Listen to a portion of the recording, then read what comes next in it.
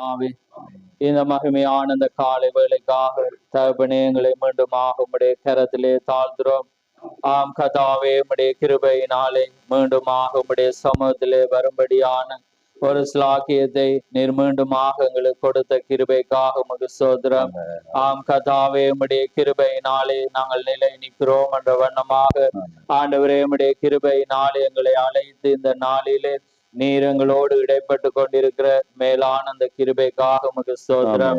ஆம் கர்த்தாவே, நீர் எங்களை அழைத்தபடினாலே இந்த நாளிலே நாங்கள் சரியானதை தெரிந்து கொண்டு கர்த்தாவே இந்த நாளிலே உம்முடைய வார்த்தையை பிடித்து கொள்ளும்படியாக வந்ததை நீர் அறிந்த தேவனாயிருக்கிறீர். ஆம் கர்த்தாவே, இன்றைக்கு உலகத்திலே எத்தனையோ மனிதர்கள் தங்களுடைய சொந்த கருத்தின்படி, சொந்த ஞானத்தின்படி, சொந்த தேவையின்படி, சொந்த தெரிந்து கொள்ளுதலின்படி கர்த்தாவே பலவிதமான நன்மைகளை தெரிந்து கொண்டு அதை கடவுளாக ஆராதிக்கிறதை நாங்கள் பார்க்கிறோம். ஆனாலும் கர்த்தாவே, நாங்கள் அல்ல ஆண்டவரே, நீர் எங்களை தெரிந்து கொண்டு கர்த்தாவே இந்த பூமியிலே ஆண்டவரே இந்த பூமிக்குரியதை அல்ல வானத்துக்குரியதை நீர் தெரிந்து கொண்டு கர்த்தாவே மகிமையான ஒரு ஸ்லாக்கியத்தை நீர் எங்களுக்கு தந்த தயவுக்காக உமக்கு ஸ்தோத்திரம். ஆண்டவரே, இந்த வாழ்க்கையிலே போராட்டங்கள் உண்டாலும் அதை ஜெயித்தவர்களை நாங்கள் கண்ணும் முன்பாக நாங்கள் வைத்திருக்கிறோம். அதனால் தான் அங்கே எபிரேயருக்கு பவுல் எழுதும் போது இப்படிப்பட்ட திரளான சாட்சிகள், மேகம் போன்ற சாட்சிகள் எங்களுக்கு முன்பாக வைக்கப்பட்டிருக்கிறபடினாலே ஆண்டவரே இந்த ஒளிந்து போற காரியத்தை தள்ளி வைத்து கொண்டு நீங்கள் பரம அழைப்புக்காக ஓடுங்கள் என்று சொன்னது போல கர்த்தாவே இந்த நாளிலே அந்த வண்ணமான ஒரு ஸ்லாக்கியத்துக்காக வந்திருக்கிற எங்களை நீர் காண்கிற தேவன். ஆம் கர்த்தாவே, எங்களுடைய தெரிந்து கொள்ளுதலோ எங்களுடைய பின்பற்றுதலோ அல்லது நாங்கள் நடக்க வேண்டும் என்ற முயற்சியோ அங்கே ஒன்றுமே பிரயோஜனம் இல்லை என்று நாங்கள் அறிந்திருக்கிறோம். அதனாலே நீர் எங்களுக்கு உதவி செய்யும்படியாக ஆண்டவரே இந்த சமூகத்திலே வந்திருக்கிற எங்களை நீர் காண்கிற தேவன்.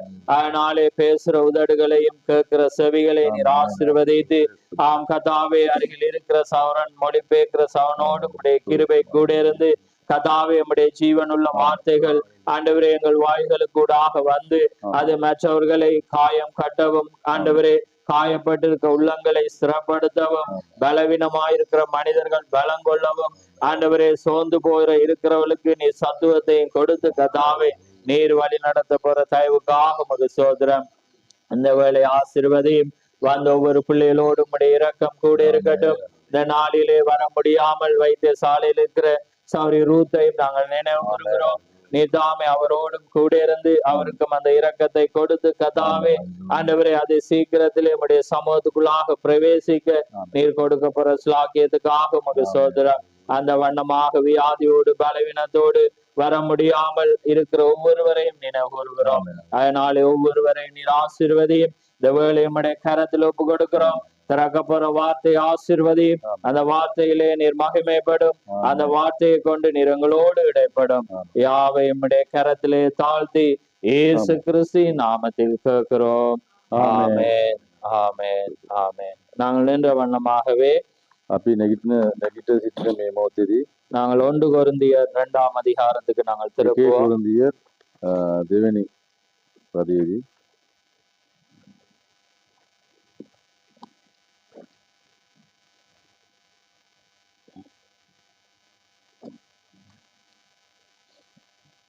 தேவனி பரீட்சை அதுல நான் 9ல இருந்து முடிய மட்டும் நான் வாசிக்க போறேன்.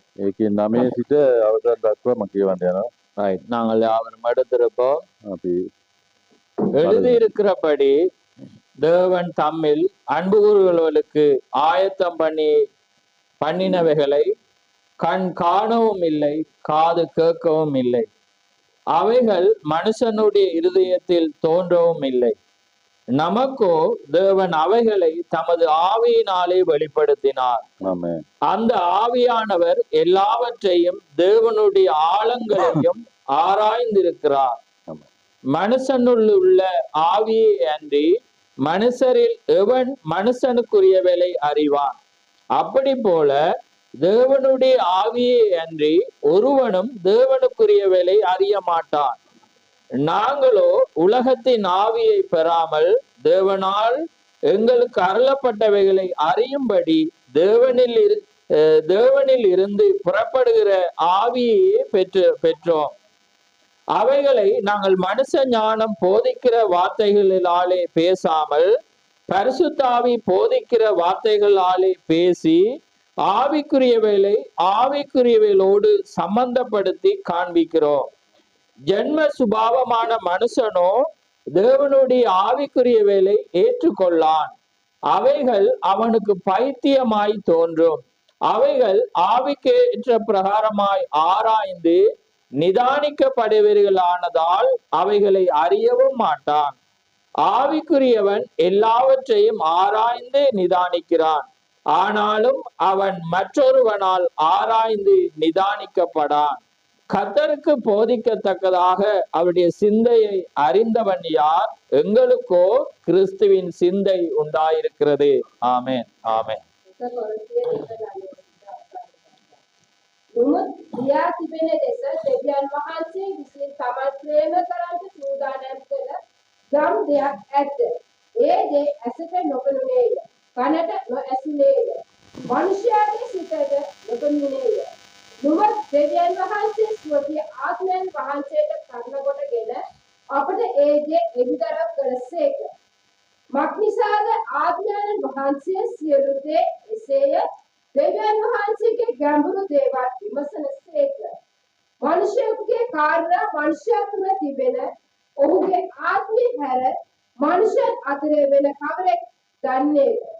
එසේම දෙවියන් වහන්සේගේ කාරණා දෙවියන් වහන්සේගේ ආත්මයන් වෙන මිස කිසියෙක් නොදනි. නමුත් දෙවියන් වහන්සේ විසින් අපට දෙන ලද දේ අප විසින් දැනගන්නා පිණිස ලෝකයේ ආත්මය නොව දෙවියන් වහන්සේගේ ආත්මය ලැබුණා.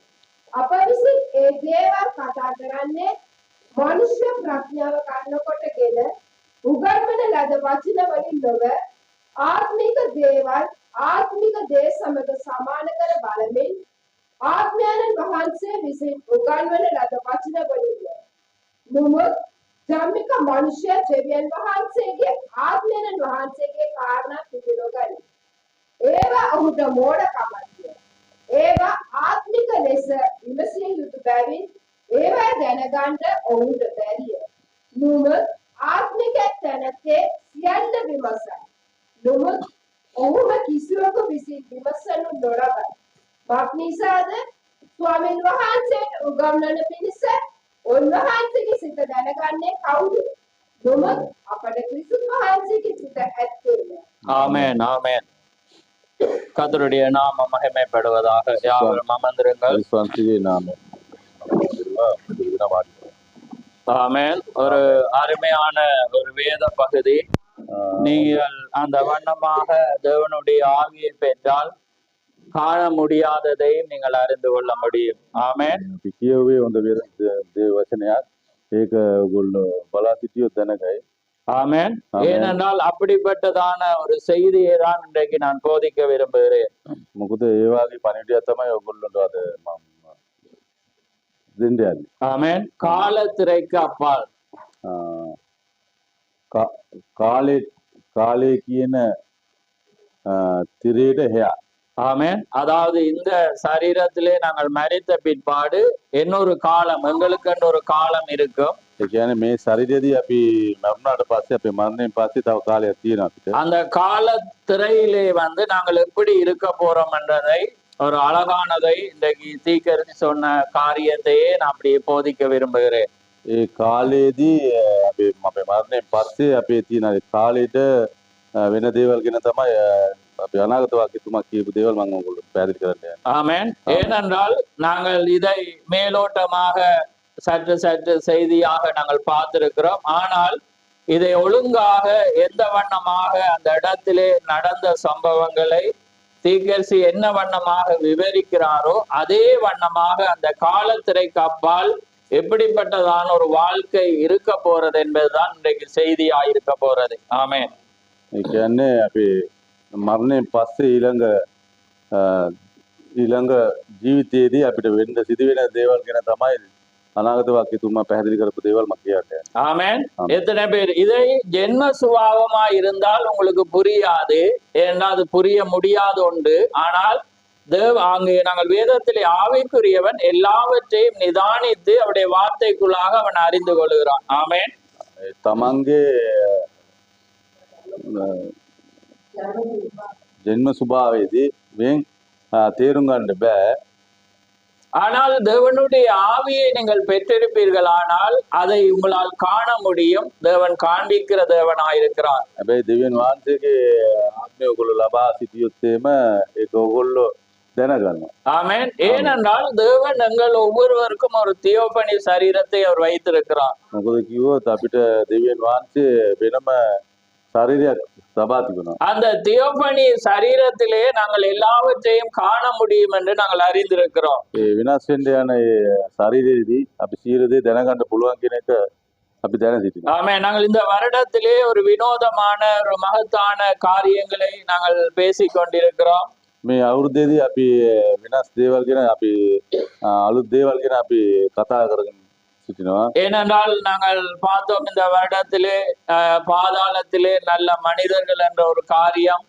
අපි බැලුවා පාතාලයේදී හොඳ මිනිස්සු ගැන අපි බැලුවා. அதே போல நீங்களும் ஒவ்வொரு மனிதர்களை சந்தித்திருப்பீர்கள். பார்க்கும்போது ஒரு வியக்கத்தக்கதாக ஒரு நல்ல மனிதர்களாக அவர்கள் இருந்திருப்பார்கள், கண்டிருப்பீர்கள், அவளோடு நீங்கள் பேசியிருப்பீர்கள். ඒ වගේම ඔයගොල්ලොත් දැකපු අය ගොඩක් අය ඔයගොල්ලෝ දකින්න කට්ටිය අඳුරගෙන ඇති. ඒගොල්ලොත් තමන් ඒ කියන්නේ වෙනස් ආකාරයේ ඉන්න මිනිස්සු ගැන අපි බලලා තියෙනවා. நாங்கள் அந்த செய்தியை நான் படித்து கொண்டிருக்கிற வேளையில அப்படிப்பட்ட ஒரு 3-4 சாட்சி நபர்களை சந்திச்சு அவங்க பேசுற வேளையில நாங்கள் ஒரு வியக்கத்தக்கதான ஒரு நல்லவர்களாக அவர்கள் இருந்தார்கள். ඒ කියන්නේ මම දේශනාවල මම කියවනකොට ගොඩක් අය ඒ වගේ දේවල් කියන්නේ ඒ වගේ හොඳ අය වගේ හිටියා. அவர்களுடைய பேசுற ஒரு விசுவாசமே எங்களுக்கு ஒரு ஆச்சரியமாக அங்கு இருந்தது. அப்படிப்பட்ட ஒரு நல்ல மனிதர்களை நேசிக்கத்தக்கதான ஒரு வியப்பு எங்களுக்குள்ளாக இருந்தது. ඒ කියන්නේ ඒ වගේ අයව අපි අඳුරගෙන අපි කතා බහ කරද්දී අපිට තේරෙනවා ඒගොල්ලන්ගේ තියෙන විශ්වාසය ගොඩක් ඒගොල්ලන් දෙවියන් වහන්සේ තුල හිටපු பக்திவந்தியோ කියන එක අපි දැන සිටියා. ஆமென். ஆனாலும் அன்றைக்கு இயேசு கிறிஸ்து அந்த நல்ல மனிதனை பார்க்கிற வேளையில ஏதோ ஒரு குறை இருந்தது போல அவருடைய வாழ்க்கையில இருக்கிற குறைகளையும் நாங்கள் காணத்தக்கதாக தேவன் உதவி செய்தார். ஆமென். ඒ වගේම යාපත් මනුස්සයදිය දෙවියන් වහන්සේ බලනකොට මොකක් හරි අඩුපාඩුවක මනුස්සයාගේ තිබුණා. ஏனென்றால் ஒரு மனிதன் என்ன காரியத்தை அவன் உடையவனாயிருந்தாலும் அவன் நித்திய ஜீவனை, அதாவது தேவனால் எழுதப்பட்ட அந்த வார்த்தையை கை கொள்ளாத மட்டிலும் தேவன் அவனோடு எப்படிப்பட்ட உறவில இருந்தாலும் அவன் ஒரு இழக்கப்பட்ட ஒரு மனிதனாகவே இருக்கிறான். අපි මොනවා කරලා කොහොම හිටියත් අපි සදාකාල ජීවනය අපි ලබා ගන්න දේව වචනේ අපි ක්‍රියාවට ගෙනල්ලා ඉදිරි ජීවිතුත් නැත්නම් අපිට කොහොමදත් ඒක ලැබෙන්නේ නැහැ. ஆமென். ஏனென்றால் தேவனுடைய அந்த வார்த்தை ஒன்றுதான் அவனை நித்திய ஜீவனுக்கு வழி நடத்த முடியும். அந்த பூரண அன்புதான் அவனை ராஜ்யத்திலே சேர்க்க முடியும்.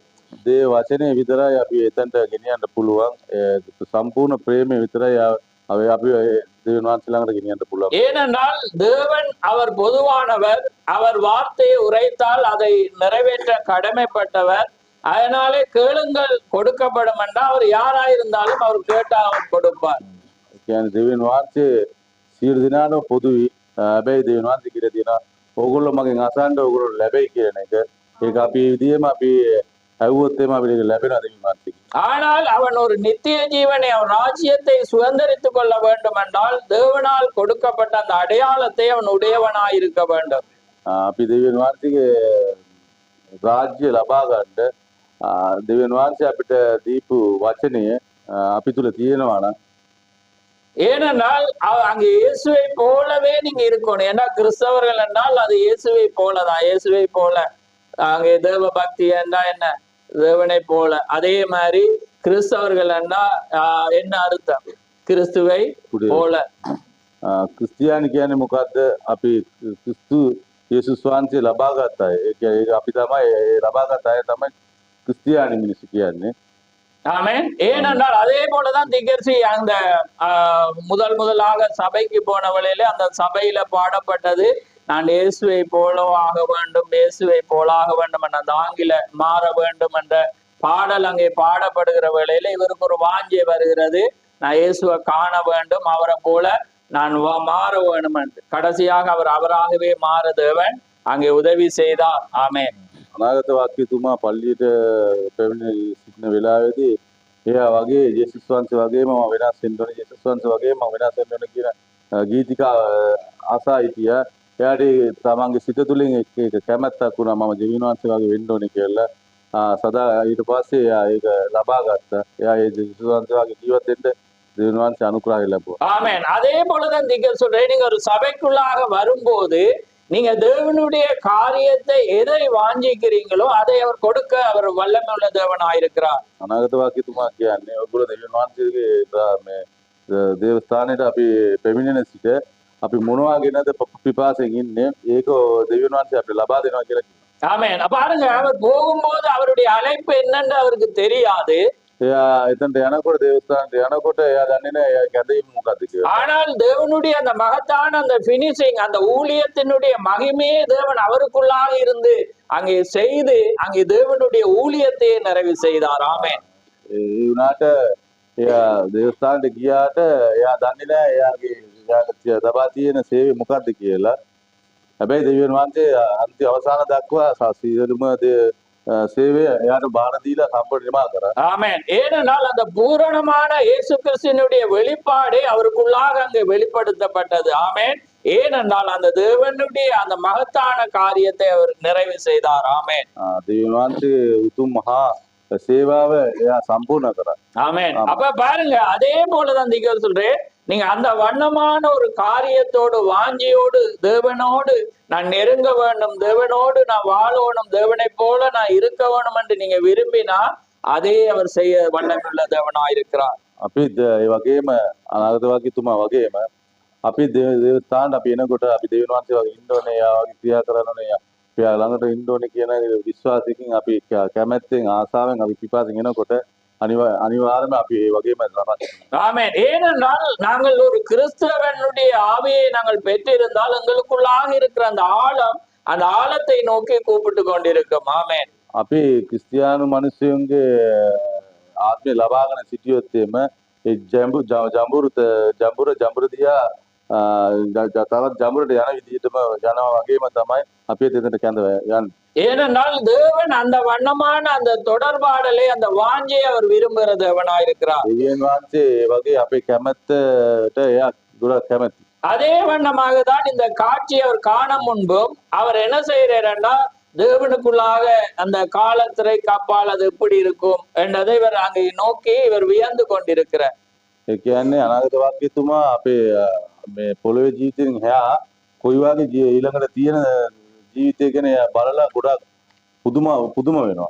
அப்ப அவர் என்ன செய்யறேன்னா, இந்த தியோபனி சரீரத்திலே நான் வானத்துக்குரியதுல நான் ஒரு வெள்ள உருவமா போவேன், அங்கே நெவில பார்த்து அந்த நெவில் போறேன், அந்த வண்ணமாக அவர் நினைத்து கொண்டிருக்கிறேன். ඒ කියන්නේ මේ තියෝෆැනි කියන්නේ ශරීරයේදී එයා ගිහිල්ලා තමන් සුදු විදියට තමන්ගේ ආත්මය ගිහිල්ලා තමන්ගේ එක්ක සිටින சகோதரர் දැකලා දකිනවා මෙයා. அதனால இவர் இந்த காரியங்களை குறித்து அவர் வியந்து கொண்டிருக்கிறார். அப்ப அவருக்குள்ள அநேக குழப்பமாக இருக்கிறது.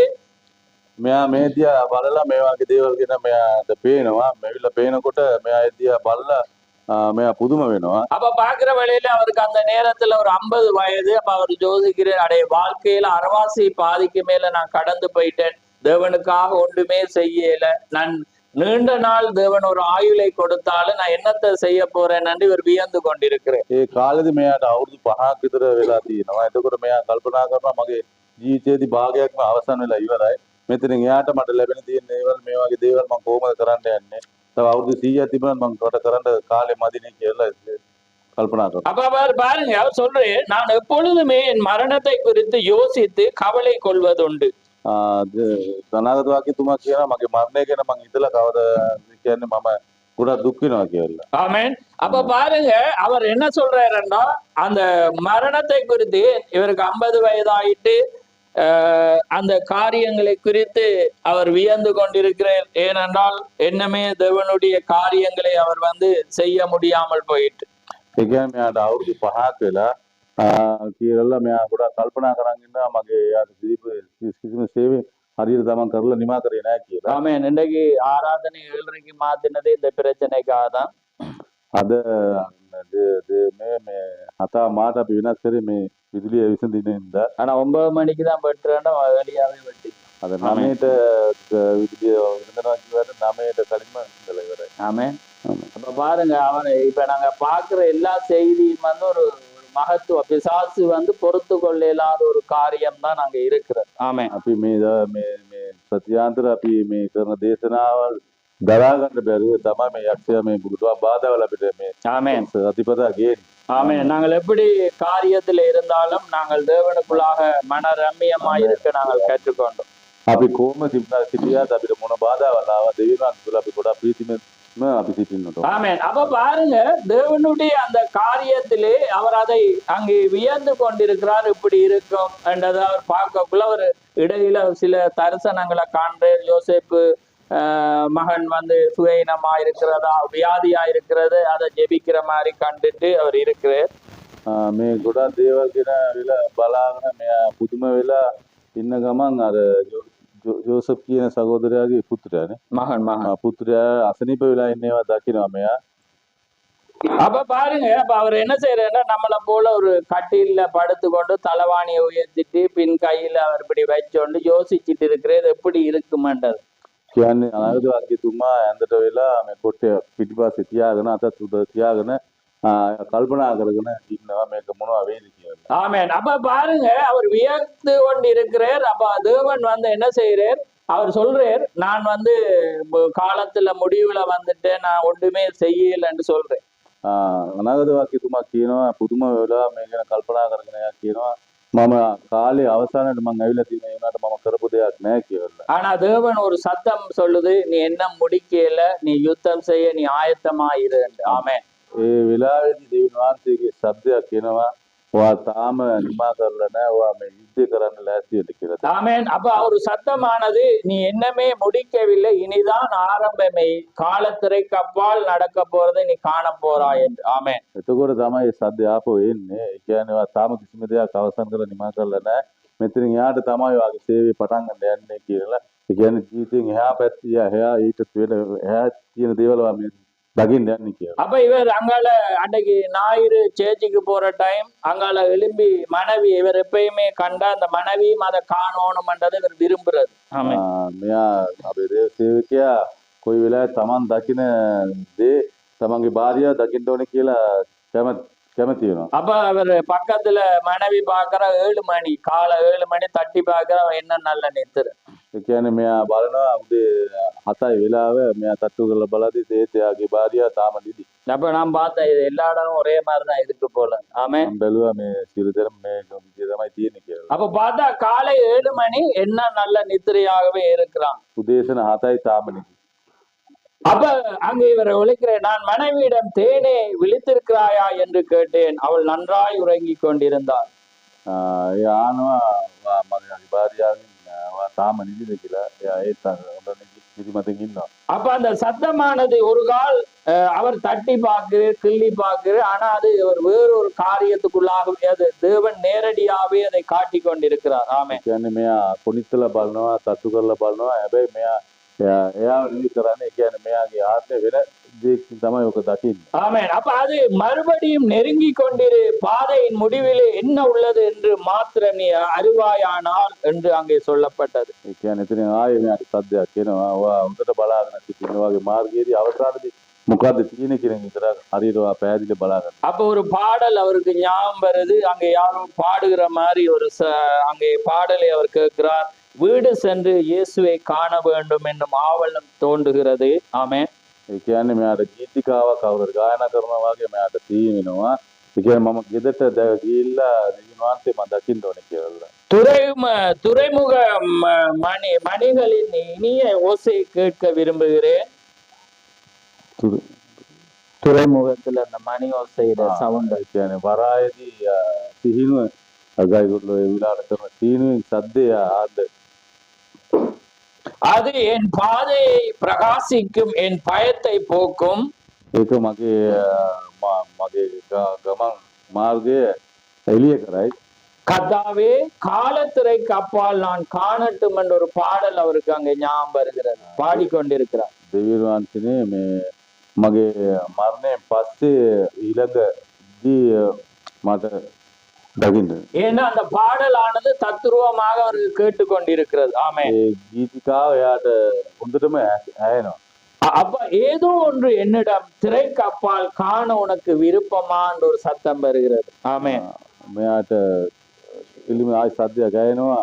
ඔය තිරයෙන් පිටිපස්සේවා දකින්න කැමතිද? ஆமென். அது யாரா இருந்தாலும், நீங்களா இருந்தாலும், நீங்க எதை தேவனிடத்துல அன்பு செலுத்தி நீங்க காண விரும்புகிறீர்களோ தேவன் காண செய்கிற தேவன். ඒ කියන්නේ කවුරු වුණත් කමක් නැහැ. ඒ කියන්නේ ඔයගොල්ලෝ කැමති වෙලා දෙවියන් වහන්සේ දෙයක් දකින්න ඉල්ලනකොට ඒක දකින්න ලැබෙනවා. அது உங்களுக்கு சும்மா தோண்டாது. நீங்க தேவனால உலகத்தோட்டத்து முன்குறிக்கப்பட்ட ஒரு மனவாட்டியா இருப்பீங்கன்னா தான் அந்த வாஞ்சை வரும். ஆமென். ඒ කියන්නේ නිකන් ඕන කෙනෙකුට නෙවෙයි.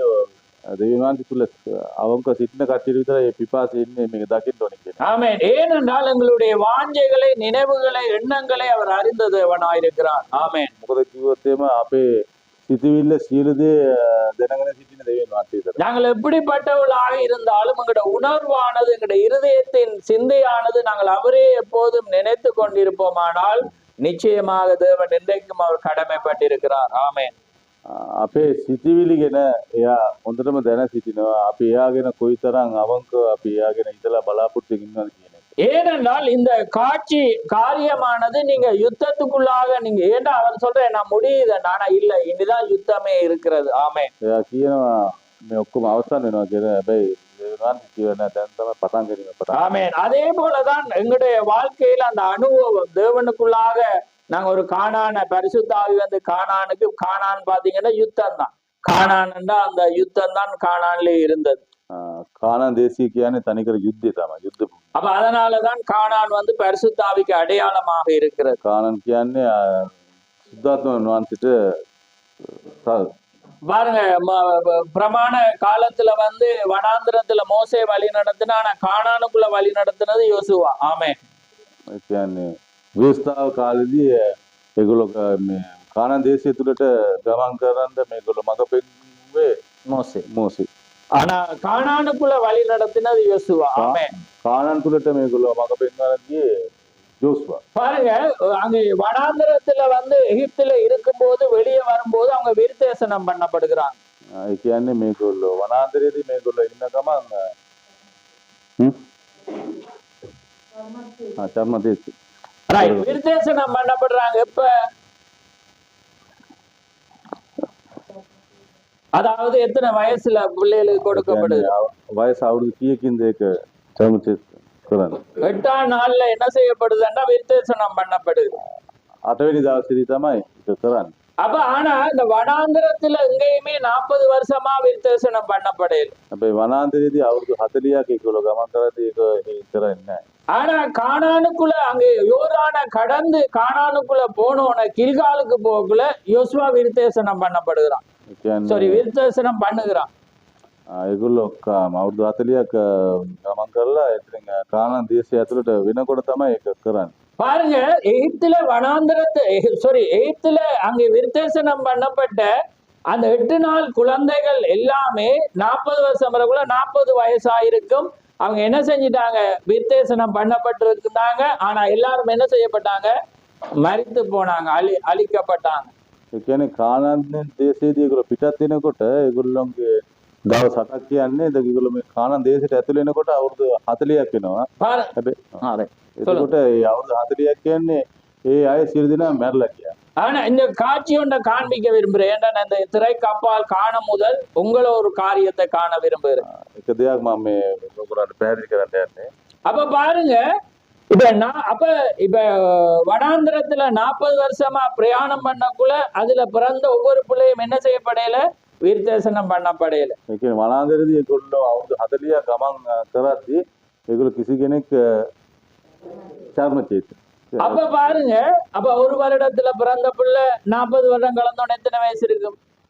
39 இருக்கும். அப்ப அதே நேரம் 20 வருஷத்துக்கு பிறகு 20 வயசு இருக்கு. அப்படியாக பார்க்கக்குள்ள அவங்க மெச்சுவர்ட், அதாவது வளர்ச்சி அடைஞ்சிட்டாங்க.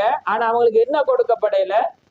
විර්තේශනම් இல்ல. ආමෙන්. කියන්නේ මේ ගමන් පටන් අරන් මේගොල්ලෝ යනකොට කාලන් දේශයට ඇතුළේ එනකොට එක එකනාගේ වයස් ප්‍රමාණ වෙනස් වෙනවා. ஆனால் மரணத்தை தாண்டி ஜோர்தான் மரணத்துக்கு அடையாளம் மரணத்தை தாண்டி அங்கே வந்தோட மெச்சுவர்ட் ஆயினோட வளர்ச்சி பெற்ற பிறகு பரிசுத்த ஆவியினால என்ன செய்ய போற யோசுவா என்ன செய்யறான்னா விருத்தேசனம் அனுபவம் வாய்ந்தவனுக்கு விருத்தேசனம் பண்ணுகிறான். ஆமென். ඒ කියන්නේ ජෝර්දාන්ව ඒගොල්ලෝ පව් කරන් කාලන් දේශයට ඇතුළේ වුණාට පස්සේ ජෝසුවා සියලු දෙනාටම ධර්මචේතනය කරනවා. ஆமே 8 நாளைக்கு பிள்ளைக்கு தெரியுமா அந்த விருத்தேசனத்துடைய மகிமை தெரியுமா? ஒன்றுமே தெரியாது. அது மெச்சுவர்ட் ஆயிருக்குமா வளர்ந்துருக்குமா? இல்ல தெரியாது. ඒ කියන්නේ දවස් 8ක දරුවෙකුට ධර්මචේතනය කරාට දන්නේ නැහැ මොකක්ද මේකේ තේරුම මොකක්ද කියන එක දන්නේ නැහැ.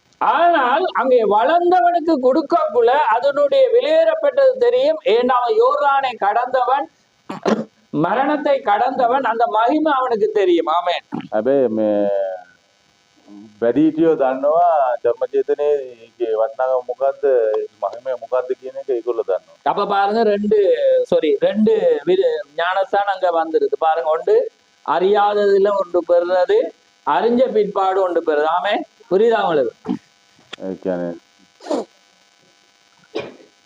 බෞද්ධිස්ම දෙකක් තියෙනවා ඒකේ. එතකොට ඒගොල්ලෝ මේ දෙක අඳුර ගන්නවා මේ වයස සීමාව ඒගොල්ලෝ පවුනාට පස්සේ. அதே போல அதை நாங்க எவ்வளவு அழகா பொருந்து பாருங்க. சாப்பிட என்ன செய்யும்? சின்ன குழந்தைக்கு மண்டைய தடவி சின்னன்லயே கொடுக்குறாங்க. அந்த பிள்ளைக்கு தெரியாது. ஆனா நாங்க வளர்ந்த பிற்பாடு நாங்களும் ஒரு வேளை பெற்றோம் அதை. ஆனா இன்றைக்கு நாங்க மெச்சுவர்ட் ஆகின பிற்பாடு நாங்க சரியானதை பெற்றோம். ஆமே. ආමේ. අද නිකායේදී ඒ වගේ තමයි සාමාන්‍යයෙන් ඉපදිච්ච දරුවෙකුට බෞද්ධිස්ම දෙනවා ලබන කියන වද චුට්ටක් කරගෙන උලේ තියලා පළවෙනි බෞද්ධිස්ම ඒ ලබාගෙන ඇති අපි. அப்ப அதெல்லாம் என்ன செய்ய போகுது? இப்ப வனாந்தரத்துல ඒ කියන්නේ වනාන්තරේ මේ සියලු දේ මොනවද වෙන්න යන්නේ? மறிக்கதான் போகுது. මේ ඔක්කොම නැති වෙන්න තමයි යන්නේ. ஆமே. அப்ப பாருங்க அதேதான் அங்கேயே நடந்துச்சு. அந்த பெற்ற அவ்வளோ மறைச்சு அதுல ரெண்டு மிஞ்சிச்சு. யாரு? யோசுவா காலேப்பை தவிர மீதி எல்லாமே 20 லட்சம் பேர் போனாங்க. அவ்வளோ என்ன செய்யப்பட்டுச்சு? மறிக்க வேண்டியதா இருந்துச்சு. ஆனா அது ஞானஸ்தானம் பெற்றுச்சு. ஆனா எல்லாம் மறிச்சு போனது. ஆமே. මේ දේම තමයි සිද්ධ වෙන්නේ අවුරුදු 40 ඒගොල්ලන්ගේ යාත්‍රාවේදී අවුරුදු 40ක් කියන්නේ ගමන් කරපු සියලු දෙනාම මරණයටපත් වෙනවා. ஆமே. ஆனா அதிகம் சொல்லு. ஆனா யோர்தானுக்கு அங்கே வந்த பிற்பாடு யார் யுத்தம் பண்ண தகுதி என்றா மெச்சுவர்ட், அதாவது வளர்ச்சி ஏற்றவன் மாத்திரம்தான் அவன் என்ன செய்ய முடியும்? யுத்தம் செய்ய தெரியும். ஆமே. ඒ කියන්නේ ජෝර්දාන්ව පව් කරන් කාලන් දේශයට ළඟා වෙනකොට තමයි මේ ඒකේ යුද්ධ කරන්න සූදානම් වෙන්නේ කට්ටිය. ஆமென். அப்ப இன்றைக்கு நீங்க யுத்தம் செய்ய உங்களுக்கு தெரியுமா? ஆமென். අද ඔයගොල්ලන්ට යුද්ධ කරන්න පුළුවන්ද? நீங்க யுத்தம் செய்யாம கானானுக்குள்ள இருக்கீங்களா? ඕන යුද්ධ කරන්න නැතුව කාලන් දේශය තුලදී ඉන්න බෑ. அப்ப இன்னொரு வகையில பார்த்தா நீங்க யுத்தம் பண்ணாம பரிசுத்த ஆவிக்குள்ள இருக்கீங்களா? அப்ப යුද්ධ කරන්න නැතුව සුද්ධාත්ම වහන්සේ තුල ඉන්න බෑ. அப்ப நீங்க அனுதினமும் நீங்க என்ன செய்யணும்? யுத்தம் பண்ணிட்டு தான் இருக்கணும். எப்பயுமே அலர்ட் ஆயிருக்கணும். அப்படி இல்லைன்னா பரிசுத்த ஆவி இல்ல உங்களுக்கு. ඒ කියන්නේ අපිට සියලු දවසම අපිට යුද්ධයක් තියෙනවා. අපිට යුද්ධයක් නැතුව හිටියද අපිට සුද්ධාත්ම වහන්සේ නැහැ. ஏன்னா பரிசுத்த ஆவி என்பது அங்கே யுத்தம், போராட்டம். வாழ்க்கையில ஏதாவது ஒரு வழியில எங்களுக்கு போராட்டம் இருக்கும். ஆனா அங்கே பாருங்க கருக்கான பட்டயம், கூர்மையான பட்டயத்தாலதான் அவங்க என்ன செய்யாங்க? விருத்தேசனம் பண்ணப்பட்டாங்க. ஆமே. ඒ කියන්නේ මේ සටනක් කියන්නේ හැමදාම හැමතිස්සෙම අපි සටනක් තියෙනවා. ඒකෝද අපි සුද්ධාත්ම වහන්සේ අපිත් එක්ක ඉන්නේ. ඊළඟට අපිට කඩුව කියන්නේ හොඳට උල් වෙච්ච කඩුව. ඒකෙන් තමයි ධර්ම චේතනාව කරන්නේ. ஆமென். அப்ப பாருங்க எப்படிப்பட்ட ஒரு அழகான ஒரு வெளிப்பாடு. அப்ப அதனாலதான் இன்னைக்கு நீங்க பரிசுத்த ஆவியை நீங்க பெற்று வளர்ந்து கொண்டிருக்கிறீங்கன்னா உங்களோட வாழ்க்கையில யுத்தம் இருக்கும். ஆனா அந்த யுத்தத்தை எதால ஜெயிச்சு கொண்டிருப்பீங்க? தேவனுடைய வார்த்தையினால். ஆமென். அதுதான் காரியம். ஆமென். ඒ කියන්නේ අපි අනිවාර්යයෙන්ම දවස් ගානෙන් අපි දෙවියන් වහන්සේගේ සුද්ධාත්ම වහන්සේ ලබාගෙන හිටියොත් අපිට ජය ලැබෙනවා. ஆமென். அப்ப அந்த நேரத்துல நீங்க சொல்லிக் கொண்டுங்க, ஆண்டவரே நான் உமக்காக சேவை செய்தது காணாது, நான் இன்னும் செய்ய விரும்புறேன், நான் இன்னும் உம்முடையதை காண விரும்புறேன்டா தேவன் இறங்கி வருவார். ஆமென். මේ හැම අවස්ථාවකදීම අපි කොයි වෙලාවෙ දෙවියන් වහන්සේගෙන් අපි ඉල්ලන්න ඕනේ අපි වාගේ වෙනුවෙන් කරපු දෙයක් කිසි දෙයක් නැහැ. අපි තව ගොඩාක් වැඩි වැඩියෙන් කරන්න ඕනේ කියලා හිතන්න. ඒතකොට දෙවියන් වහන්සේ උගලාස්ත. ஏண்டா எனக்கும் உங்களுக்கு கிடைச்ச ஸ்தானமோ வேலைக்காரனும் அல்ல, பணிவிடைக்காரனும் அல்ல, அவருடைய மனைவியா இருக்கிறாம.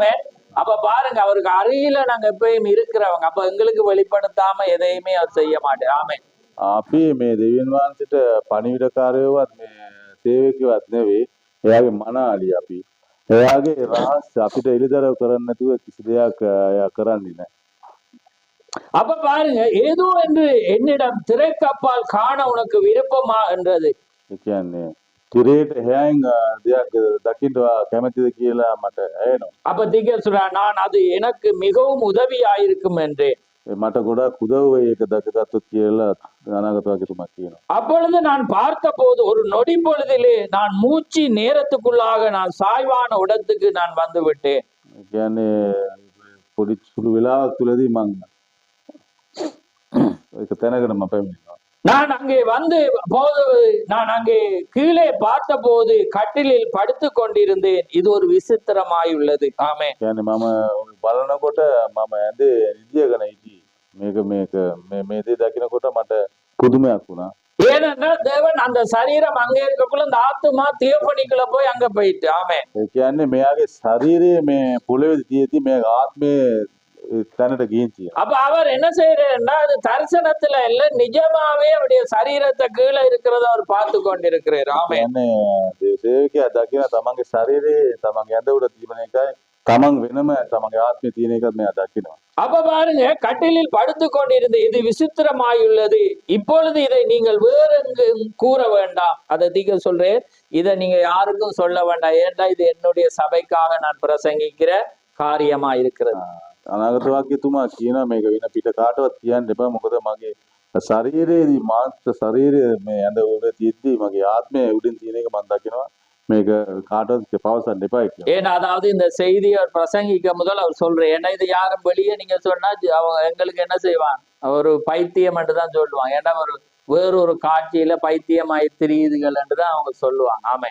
මොකටද මේ අනාගත වාක්‍යතුමා කියන්නේ කාටවත් කියන්න එපා කියන එක? මොකද මේ සභා කට්ටිය විශ්වාස කරයි. හැබැයි මේක විශ්වාස නොකරන කට්ටිය අපි මේ අනාගත වාක්‍යතුමාට පිස්සු කියලා හිතන්න පුළුවන්. இப்ப நாங்க பவுல் வாசிச்சதை பார்க்கக்குள்ளே அதான் நாங்க பவுலும் அதை சொல்லுறோம். ஆமே. පෞල්තුමාගේ වචනේ අපි කියනකොට පෞල්තුමාත් ඒක තමයි කියන්නේ. அப்பொழுது பாருங்க, அவர் என்ன செய்ய பாருங்க, சரீரத்தில் இருந்தேனோ அல்லது சரீரத்துக்கு புறம்பாய் இருந்தேனோ அது ஒரு மறுரூபம் அண்ட் ஒரு காரியத்தை தரிசனத்தை போல அல்ல, நான் பார்த்தபோது அது நிஜமாக நடந்து கொண்டிருந்தது.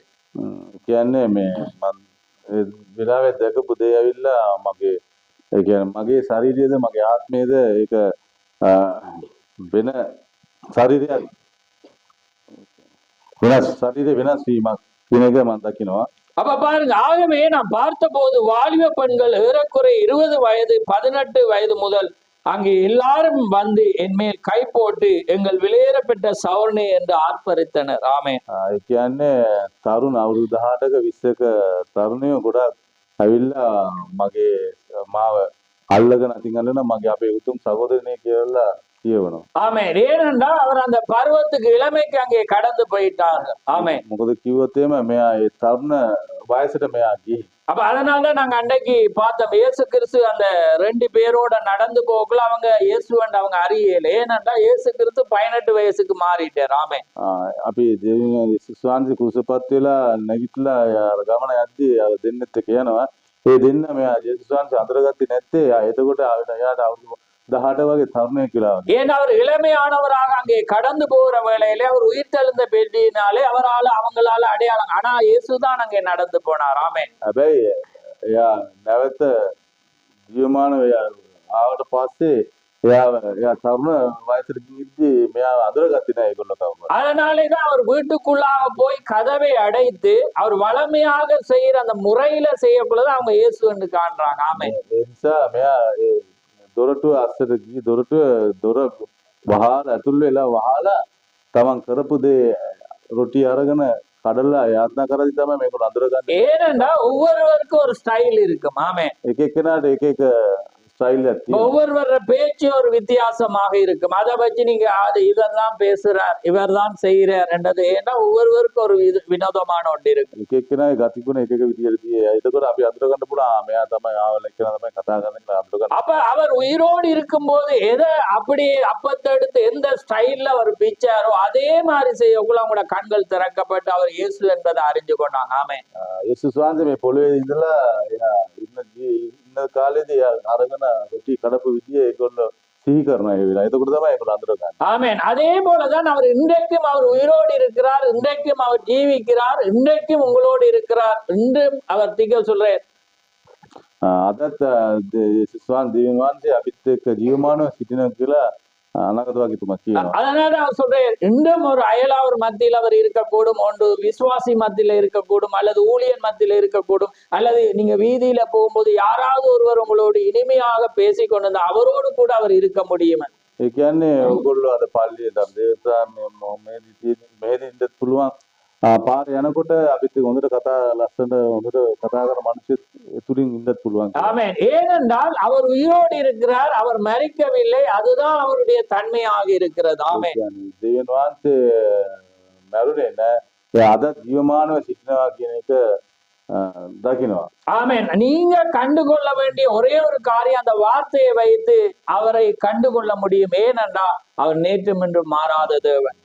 අපි යේසුස් වහන්සේ අපිට අඳුර ගන්න පුළුවන් වෙන්නේ එදාත් ඒකේ අදත් සියලු දවසම එයා වෙනස් නොවන දෙවියන් වහන්සේ. அப்ப எங்கள் விலையேறப்பெற்ற சவுனை என்று ஆர்ப்பரித்தனர். அங்கு வாலிபர்கள் தங்கள் வாலிப பிரகாசத்துடன் இருண்ட இரவில் ஜொலிக்கும் நட்சத்திரங்களைப் போல ஜொலித்து கண்களை முத்து போன்ற வெண்மையான பற்களையும் உடையவளாய் என்னை அணுகி என்னை கட்டி அணைத்து ஓ விலையேறப்பெற்ற சவுனை என்று ஆர்ப்பரித்தார்கள். ஆமென். ඒ තරුණ ළමයි ටික තරුණයෝ ටික ඒ තරම් සුන්දරත්ව සුන්දර ඒ තරම් ප්‍රකාශින් තාරකා වගේ ඒගොල්ලෝ බැබිලෙන විදියට ඒගොල්ලෝ හිටියා. මගේ සහෝදරනේ කියලා බදාගත්තා. ஆமென். ஏனென்றால் அங்கே அந்த வண்ணமான இளமையில எப்படி உங்களுக்கு அழகு இருந்தா அவர் சொல்றாரு, இதுல அப்படிப்பட்ட ஒரு அழகை நான் கண்டதே இல்லை. ஆமென். කියන්නේ ඒ තරම් ලස්සන එයා දැකලා නැහැ කියනවා. பெஞ்ச நாங்க என்ன செய்ய அவங்க பல்களை பார்க்கல முத்துக்களை போல பிரகாசமாக இருந்தது, கண்களை ஒளிராக அழகாக அது இருந்தது. තරුණ සමාජය මෙයා දකිනවා ඒගොල්ලෝ තාරකාවල් වගේ විබිලෙනවා දකිනවා. இங்க நீங்க பல்ல கட்டுவீங்க, என்ன கட்டினாலும் அது உங்களுக்கு டிஸ்டர்பா இருக்கு. ஆனா அங்க இருக்கக்குள்ள எப்பயுமே விழாத ஒரு காரியத்தை தேவன் வைத்திருக்கிறார். ஆமென். මේ පොළවේදී අපිට දත් ගලවන්න පුළුවන් අලුතෙන් බඳින්න පුළුවන් මොනවා කරත් ඒවා හැබැයි දෙවියන් වහන්සේදී දෙවියන් වහන්සේ ළඟ ඒවා කිසි දෙයක් එහෙම නැහැ. සියලු දෙයක්ම සදාකාල එක විදිහටම තමයි තියෙන්නේ. ஆமென். ஏன் நான் இப்ப இதை போதித்து கொண்டிருக்கேன்டா, நீங்க அப்படிப்பட்ட ஒரு வாழ்க்கையை விரும்பணும், இந்த காலத்துல நீங்க அதை வாஞ்சிக்கணும், அதுக்காக தான் நான் பிரசங்கிச்சு கொண்டிருக்கிறேன். ஆமென். මම ඔයගොල්ලන්ට මේක දේශනා කරන්නේ ඔයගොල්ලෝ ඒ ගැන පිපාස වෙන්න ඕනේ. ඔයගොල්ලන්ට ඔයගොල්ලෝ ඒ වගේ ජීන්න ඕනේ කියන එක තමයි මම. ஆமென். ஏனென்றா இது எல்லாமே சத்தியமான வார்த்தைகள், அது தவறி போகாது, அதுதான் உண்மையானதாக இருக்கிறது. මේ ஆமென். සියලු දේම අවංක සත්‍යයි. මම මේක කිසි දෙයක් වැරදින්නේ නැහැ, වෙනස් වෙන්නෙත් නැහැ. ஆமென். இது ஒரு கனவு போல இருக்கலாம், காட்சி போல இருக்கலாம், ஆனா இது சத்தியம், நிஜமான ஒன்று. அதனால்தான் அந்த காலத்திரைக்கு அப்பால் எப்படிப்பட்ட ஒரு வாழ்க்கை இருக்க போகுது என்பதை நான் பிரசங்கிச்சு கொண்டிருக்கிறேன். ஆமென். අපේ දේව සේවකයා අපිට දකින විදියට මේ බොරු දේවල් නෙවෙයි, මේවා එයා අවංකව දකින දේවල් තමයි එයා පැහැදිලි කරන්නේ. அப்ப பாருங்க, நான் பார்த்த போது நானும் வாலிபனாய் இருந்தேன். ஆமென். එතකොට දේව සේවකයා බලනවා එයාත් ඒ තරුණයා වගේම මෙයාත් සිටිනවා. நான் திரும்பி கைகளை தலையின் பின்னால் வைத்து அங்கே கிடந்த என் வயதான சரீரத்தையும் பார்த்து இது எனக்கு புரியவில்லையே என்றேன். ஆமென். එතකොට දේව සේවකයාත් ඇවිල්ලා යඳ මත අත තබාගෙන ඉන්න විදියට බලනකොට මේ වයසක මගේ ශරීරයක් තියෙනවා හැබැයි කියන ඒකත් දකිනවා මෙයා. ஆமென். பாருங்க, அப்ப அவர் என்ன செய்யறார், அவருடைய வயதானதையும் பார்க்கிறேன், மேல இளமையும் அங்கே பார்க்கிறேன். එයා වයසක යාගේ ශරීරයක් බලනවා, එයාගේ දැන් ආත්මික ශරීරයත් එයා බලනවා.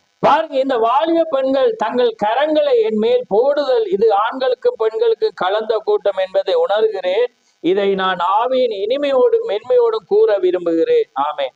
මේ සියලු දේ දකින ආත්මික රසෙන් එයා බලනවා මේ තරුණ ස්ත්‍රී සියලු දෙනා මෙයා වට කරන් බලංගින්නද ஆமென். ஏனென்றா அவர் என்ன சொல்றேன்டா, ஆண்களும் இதுவும் கலப்பு ஒரு கூட்டத்துல நாங்க இருக்கிறோம். அதே போல ஆனா பரலோகத்துல பார்க்கக்குள்ள அங்க என்ன, அங்கே சகோதரன் சகோதரி என்று இல்ல, எல்லாரும் என்ன செய்யறாங்க, ஒரு உறவு முறையில இல்ல, அவங்க உண்மையான அந்த பாசத்தோடு உண்மையான அந்த கட்டி அணைப்போடு இருக்கும்போது இவர் வியக்கிறார். ஏனென்றா அப்படிப்பட்ட ஒரு காட்சி. ஆமென். මානසික රාජ්‍යයේදී මෙයා දකිනවා. ඒ කියන්නේ වෙනස් කරන්න ගෑනු අය පිරිමි අය කියලා ඒක එක එක්කෙනාට වෙනස් නෑ. මේ සියලු දෙනාම එකම ආදරය එකම ප්‍රේමයෙන් සියලු දෙනා එක එක්කෙනා ඉන්නවා. பாருங்க, கரங்களை போடும்போது உடல் உணர்ச்சி பெறாமல் இருக்க முடியாது. ஆனால் அங்கு அத்தகைய உணர்ச்சி ஏற்படவில்லை. අපේ අපේ තව එක්කෙනෙකුගේ ශරීරයට අපි අත තබනවා නම් අපිට ඇඟීමක් ඇති වෙනවා. හැබැයි දේශයේදී ඇඟීමක් කිසි දෙයක් නැහැ. ஆமென். அங்கு நேற்று நாளை என்பதே கிடையாது. ඒ කියන්නේ හෙට දවස කියන එකක් හිතේ නැහැ. அங்கிருந்தவர்கள் களைப்படையவில்லை. ඒ හිටපු කට්ටිය මානසික උනේ නැහැ කවුරු. அப்படிப்பட்ட அழகுள்ள பெண்களை என் வாழ்க்கையில் கண்டதே இல்லை. ඒ තරම් ලස්සන තරුණියෝ දැක්කේ නැහැ මෙච්චර කාලෙ. அவளுடைய கூந்தல் இடுப்பு வரைக்கும் தொங்கிக் கொண்டிருந்தன. ඒගොල්ලන්ගේ හිස මේ ඉනක වෙනකන් තිබෙනවා. ஆனா இங்க இப்ப எல்லாருக்கும் என்ன மொட்டை தலையாதான் என்ன செய்யுது, மாறிட்டு இருக்குது ஆட்களுக்கு. ஆனா அங்க அப்படி இருக்காதீங்க, அதை குறிச்சு யோசிக்க தேவையில்ல. தேவன் அங்க நீளமானதை தருவார். ஆமென். හැබැයි දෙවියන් වහන්සේදී දෙවියන් වහන්සේගේ රාජ්‍යයේදී මෙහෙ ඉන්නා වගේ මේ කොටට කොණ්ඩ යන මේකක් නැහැ. ඒ දිගටම ඒ විදියම දෙවියන් වහන්සේ நீங்க எப்பயுமே அந்த தலைய ஒரு மகிமையா நினைச்சு நீங்க அதுக்கு நீங்க கவனமாக பார்த்தா தேவன் அதை ஆசீர்வதிப்பார். ஆமென். ඔයගොල්ලෝගේ ඉසදියා බලලා ඒකේ විදියට ඔයගොල්ලෝ හිතනවා නම් මේ විදිහටම දෙවියන් වහන්සේ ஆனா நீங்க அதை வெட்டி நீங்க அதை அழகுபடுத்த நீங்க டைய உடுத்தி, அதாவது வினோதமான கலரை அதுகளை செய்து நீங்க வினோதமா ஸ்ட்ரைட் பண்ணி இருந்தா அங்க அவங்களுக்கு இடமே இல்லை. ஆமென். ඒ කියන්නේ අපි මෙහෙදී අපේ කොණ්ඩ කපලා පාට කරලා එක එක නොයෙකුත් දේවල් කරොත් එම දෙවියන් වහන්සේගේ රාජ්‍යයේදී එයා சுபாவிකම එයා දෙන දේ ලැබෙන්නේ නැහැ. பாருங்க, இப்ப நான் அங்க கண்டதை அவர் அப்படியே விவரிக்கிறேன், அப்படியே நான் வாசிக்கிறேன்னா. ஆமென். එයා දැකපු දේ ඒ විදියම කියන ඒකම මම කියවනවා. அவர்கள் அணிந்திருந்த நீண்ட பாவாடைகள் பாதங்கள் வரைக்கும் இருந்தது. ஆமென். அவங்க அணிஞ்சது அந்த பாதத்தை தொட்டது அந்த ஸ்கர்ட். ඒ තරුණ ස්ත්‍රීව ඒගොල්ලෝ අඳන් පළඳන් හිටියේ சாயாவல் ඒ කියන්නේ දිගටම තිබුණා ඒගොල්ලෝ. ஏன்னா அவர் அங்க பரலோகத்துல காண்ற அப்படிப்பட்ட பெண்கள், அப்படி பார்க்கும்போது நீங்க ஆண்கள் உடைகளை ஜீன்ஸில் உடைகளை உடுத்துற பெண்களுக்கு அது எப்படியாக இருக்கும்? ඒ කියන්නේ එයා ඒදි දකින දේවල් අපි මෙහෙදී අපි අදින දෙනිම් කලුසම් මේවා එම කොහොම තියෙයි. ஆமென். அப்ப பாருங்க, நீங்க நீண்ட ஆடைகளுக்கு நீங்க என்ன செய்றீங்க, முழங்கால கொஞ்சம் கீழே இருந்தா முட்டுது, கழுவ, அப்படி இப்படி எல்லாம் பல காரியம். ஆனா அங்க நான் இப்ப பிரசங்கிச்சு கொண்டிருக்கேன், அங்க எப்படி இருந்தாங்களோ அவங்களதான் நான் பிரசங்கிச்சு கொண்டிருக்கிறேன். ஆமென். කියන්නේ මෙහෙ ඉන්නකොට ඒ කියන්නේ පොඩ්ඩක් දිගටයි පොඩ්ඩක් කොටටත් තමන්ට එමය මෙමය කියලා දොස් කියන අය ගැන මම කියන්නේ ඒ දෙවියන් වහන්සේදී යාගේ රාජ්‍යයේ හිටපු අය ගැන විතරයි මම දැකපු දේ විතරයි කියන්නේ. ஆமென். அவர்கள் என்னை கட்டி தழுவினர். ඒ අය මා බදාගත්තා. அங்கு உட்கார்ந்து கொண்டிருக்கும் என் சகோதரி என்னை வழக்கமாக கட்டி தழுதல் போன்றதல்ல. அவர்கள் என்னை முத்தம் செய்யவில்லை, நானும் அவர்களை முத்தம் செய்யவில்லை. அதை விவரிக்க என்னுடைய போதிய சொற்கள் அங்கே இல்லை. ஆமென். අපි මෙහෙ ඉතියා වගේ නෙවෙයි ඒගොල්ලෝ. හේදී ඒගොල්ලෝ වෙන ආකාරව ඒගොල්ලෝ හිටියවන්කෝ. அவர் சொல்ற அங்கே ஒரு கம்பீரம் என்னும் சொல் அதன் அருகில் எங்கும் செல்ல இருந்தது. கம்பீரம் காம்பீர. நான் இந்த புறமாக அந்த புறமாக பார்த்தபோது அவர்கள் ஆயிரக்கணக்கில் வந்து கொண்டிருந்தனர். எனக்கு அது புரியவே இல்லை. ஆமென். මම මෙහෙ පැත්තේ බලනකොට දහස් ගණන් අය එන පෙමිනෙනවා මම දැක්කා. ஆமென். பாருங்க, ஆயிரம் பேர் அங்க வந்து கொண்டிருந்தனர். දහස් ගණන් අය පැමිණෙනවා. මට තේරුනේ නෑ මේ මොකද්ද කියලා. பாருங்க, இங்க கவனிங்க. இதோ என் முதல் மனைவி ஹோப் வந்து கொண்டிருந்தாள். මගේ පළවෙනි භාර්යාව ආවා. அவள் ஓடி வந்து என் கணவரே என்று கூறாமல், பாருங்க, அவ வந்துட்டு கணவரே என்று அங்க கூப்பிட இல்லை. අය ආවට මාව ස්වාමි පුරුෂයා කියලා කතා කරේ නෑ. என்னை கட்டி அணைத்த போது என் விலையேற பெற்ற சவனே என்று அங்கே அழைத்தாள். ஆமென். මාව බදාගත්ත වෙලාවේ මගේ සහෝදරයා කියලා තමයි මා බදාගන්නේ. பாருங்க, ஏனென்றா நீங்க எப்பயுமே ரெவலேஷன் தீர்க்க வெளிப்பாடை நீங்க பெறும்போது தீர்க்க சொல்றாரு என்னன்னா, நீங்க அந்த ஆவிக்குரியவர்களாக இருந்தா நீங்க அதே மொழி நடையில தான் நீங்க நடந்து கொண்டிருப்பீங்க. ஆமே. ඒ කියන්නේ අපි එලිදරව් ලබාගෙන හිටියොත් ඒ එලිදරව් අපි අසුප අපි මේ ලබාගත් එලිදරව් පිටින් තමයි අපි යන්නේ. ஏன்னா தேவண்ட வார்த்தை, ஏன்னா வேதம் சொல்லுது, உங்களுக்குள்ள ஒரு கிறிஸ்துக்குள்ள உங்களை அழைச்சிட்டேன்னா நீங்க ஒவ்வொருவரையும் சகோதரன் சகோதரி என்று தான் நீங்க என்ன செய்யுங்க, அலையுங்க. ඒ දෙවියන් වහන්සේ තුල අපි කැඳවුවොත් එහෙම අපි සියලු දෙනාම සහෝදර සහෝදරියෝ කියලා තමයි අපි.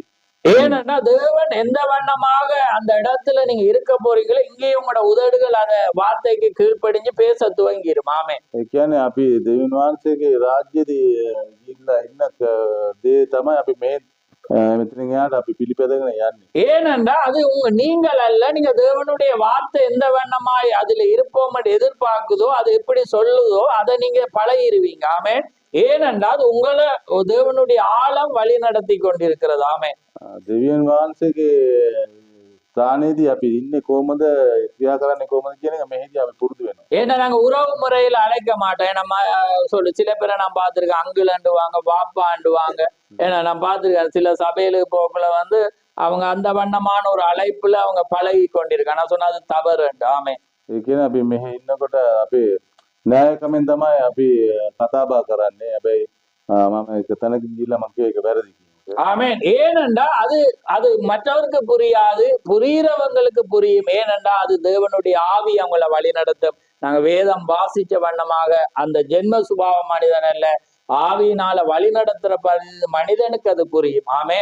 ඒ කියන්නේ මේක කියන්නේ අපි න්‍යායකම විනායි. ඒ කියන්නේ දෙවියන් වහන්සේ අපි කැඳවපු අය අපි න්‍යායකමක් කියන එක ගන්න. අපි සියලු දෙනාම එකම අය වගේ තමයි අපි එකම සහෝදර සහෝදරිය වගේ තමයි ඉන්නේ. அதனால இன்றைக்கு இப்போ ஏன்னா அம்மாவை சௌரி என்று அழைச்சிடாங்க, அது அந்தந்த காரியத்துல இதுங்க. ஆனா தேவனுடைய காரியம் என்று உள்ள வரக்குள்ள நீங்க அந்த வண்ணமாக அழைக்க நீங்க பழகி கொள்ளுங்க. ඒ කියන්නේ මේම මම දේශනා කරා කියලා අද අම්මට කිව්ලා අම්මා නක්කනන් කියලා කතා සහෝදරිය කියලා කතා කරන්න එපා. මේ ඒක තේරුම් අරගෙන අපි මේ විදිහට අපි கணவனையும் சகோதரன் என்று அழைக்க விட அப்படி அழைக்க விரும்பினா நீங்க அவரை ஆண்டவனே என்று அழைங்க. அப்படிதான் வேதம் அழைக்குது. ஆமே. තමන්ගේ ස්වාමි පුරුෂයාට තමන් කතා කරන්න ඕන නම් සහෝදරය කියලා කතා කරන්නේ නැතුව ஆண்டவனே. ආண்டවනේ දෙවියනේ. ஆமென். දෙවියනේ කියන එක ஆமா, அதாவது தொழுகைக்குரிய ஆண்டவர் அல்ல, அவர் நீங்க அவருக்கு உங்களுடைய உரிமையாளர். அந்த எண்ணத்துல நீங்க அவரை கணம் பண்ணி அதை நடக்கும் போது தேவன் ஆசீர்வதிப்பாராம். ඒ කියන්නේ අපි නමස්කාර කරන දෙවියන් වහන්සේ දෙවියනි කියලා නෙවෙයි, තමන්ටම අයිති එක්කෙනෙක් ඇටියට තමන් කතා කරන්නේ. ஆமா. ஏனென்றா நாங்க அங்க எப்படி இருக்க போறோம். ஏனென்றா நீங்க இந்த ஹோப்பை பாத்தீங்கன்னா, ஹோப் அதிகமா அங்க பிரண்ணாம நேசிச்சவ மறிக்கக்குள்ளே அவர் விரும்பினது ஒன்றை வச்சவர். ஆமே. ඒ කියන්නේ ඕප් කියන්නේ යාගේ පළවෙනි භාර්යාව මරණ මොහොතේ මෙයා එක දෙයක් තබා ගත්තා. கொஞ்சம் மேடாவை விட ஹோப் தான் அதிகமா பிரண்ணாம நேசிச்ச, உங்களுக்கு தெரியும். කියන්නේ මේ மேடா මේඩ மேடா அவ දෙවෙනි භාර්යාවට වැඩිය පළවෙනි භාර්යාවට එයා ගොඩක් ප්‍රේම. அந்த ஹோப்பால தான் அவர் ரட்சிக்கப்பட்டது. ஆமென். உங்களுக்கு நான் முன்னமே சொல்லியிருக்கேன். මේ ඕප් කියන්නේ පළවෙනි භාර්යාව නිසා තමයි ගැලවුම් ලබා ගත්තේ. அவருடைய அந்த முதல் குடும்ப வாழ்க்கையில பயங்கர ஏழ்மை, கஷ்டம், கடன், அந்த அளவு தொல்லை. அதே நேரத்துல பாருங்க, இவர் கொடுக்கிற காரியத்துல அவள் மெதுவாக சேர்த்து சேர்த்து மறிக்கக்குள்ள ஒரு எப்படி அந்த இயேசு கிறிஸ்துக்கு அந்த அந்த அந்த ஸ்திரீ காசை சேர்த்து வச்சாலும் அதே போல அந்த மனைவி அவர் விருப்பத்துக்காக சேர்த்து வைத்திருந்தார். ஆமே. ඒ කියන්නේ මෙයාගේ අවසාන කාලයේදී මේ ගොඩක් කරදර තිබුණා, දුප්පත්කමක් තිබුණා. ඒත් ඒ පළවෙනි භාර්යාව පොඩ්ඩ එයා එකතු කරගෙන මොකක් හරි කරලා ඉතුරු කරලා දෙයක් තබා තිබා. ஆமே. ஏனென்றா அவர் அந்த கண்ணண்டா அவருக்கு அவ்வளவு விருப்பம். அதனால அந்த கண்ணை வாங்குற நிறைய காசு, அதனால அவர் சேர்த்து கொண்டிருந்தா அந்த வண்ணமான ஒரு அன்பை அங்கே பிரண்ணாம் மீது வைத்திருந்தார். ඒ කියන්නේ එයාට අර තුවක්කු දඩයන් කරන්න යන තුවක්කු එයාට හරි ආසාවෙන් තිබුණේ.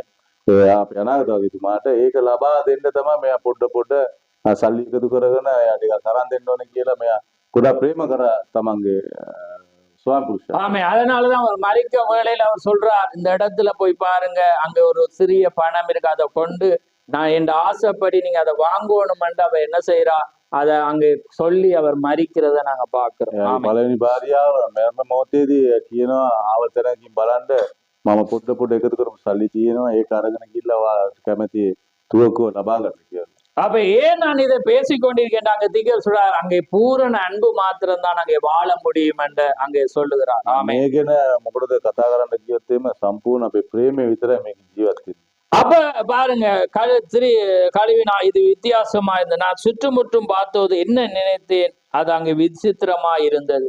මම එහාට මෙහාට බලනකොට මට පුදුම හිතුණා. பாருங்க, ஹோப் அங்கு கௌரவமுள்ள ஒரு விருந்தாளியை போல இருந்தார். ඒ කියන්නේ ඌයාගේ පළවෙනි භාර්යාව ගරුත්වයක් ලබා ගන්න පුළුවන් ස්ත්‍රියක් හැටියට යතනේ. அவள் வேறு விதமாக இல்லை, கௌரவமுள்ள ஒரு விருந்தாளியை போல இருந்தாள். එයා ගොඩාක් ගරු කරන්න පුළුවන් ස්ත්‍රිය කෙනෙක් හැටියට හිටියා. பாருங்க, அங்க திகழ் சொல்ற பரிசுத்தாவி என்று நீங்க பிரசங்கித்தது இதுதான். මොකද සුද්ධාත්ම වහන්සේ කියලා දේශනා කරපු එක මේක තමයි. இதுதான் பூரண அன்பு. මේක තමයි සම්පූර්ණ ප්‍රේමය. அது இல்லாமல் எதுவுமே இங்கு வர முடியாது. ඒ නැතුව ඒ ප්‍රේමය නැතුව කිසි දෙයක් මෙතනට පැමිණෙන්න බෑ. பாருங்க, பூரண அன்பு மாத்திரமே அங்கே பிரவேசிக்க முடியும் සම්පූර්ණ ප්‍රේමය විතරයි උතට යන්න පුළුවන්. என்று என் வாழ்க்கையில் முன்னே காட்டிலும் அதிக நிச்சயம் எனக்கு உண்டாயிற்று. ஆமே. මීට කලින් වැඩිය දැන් මේ ගොඩාක් මට විස්තර.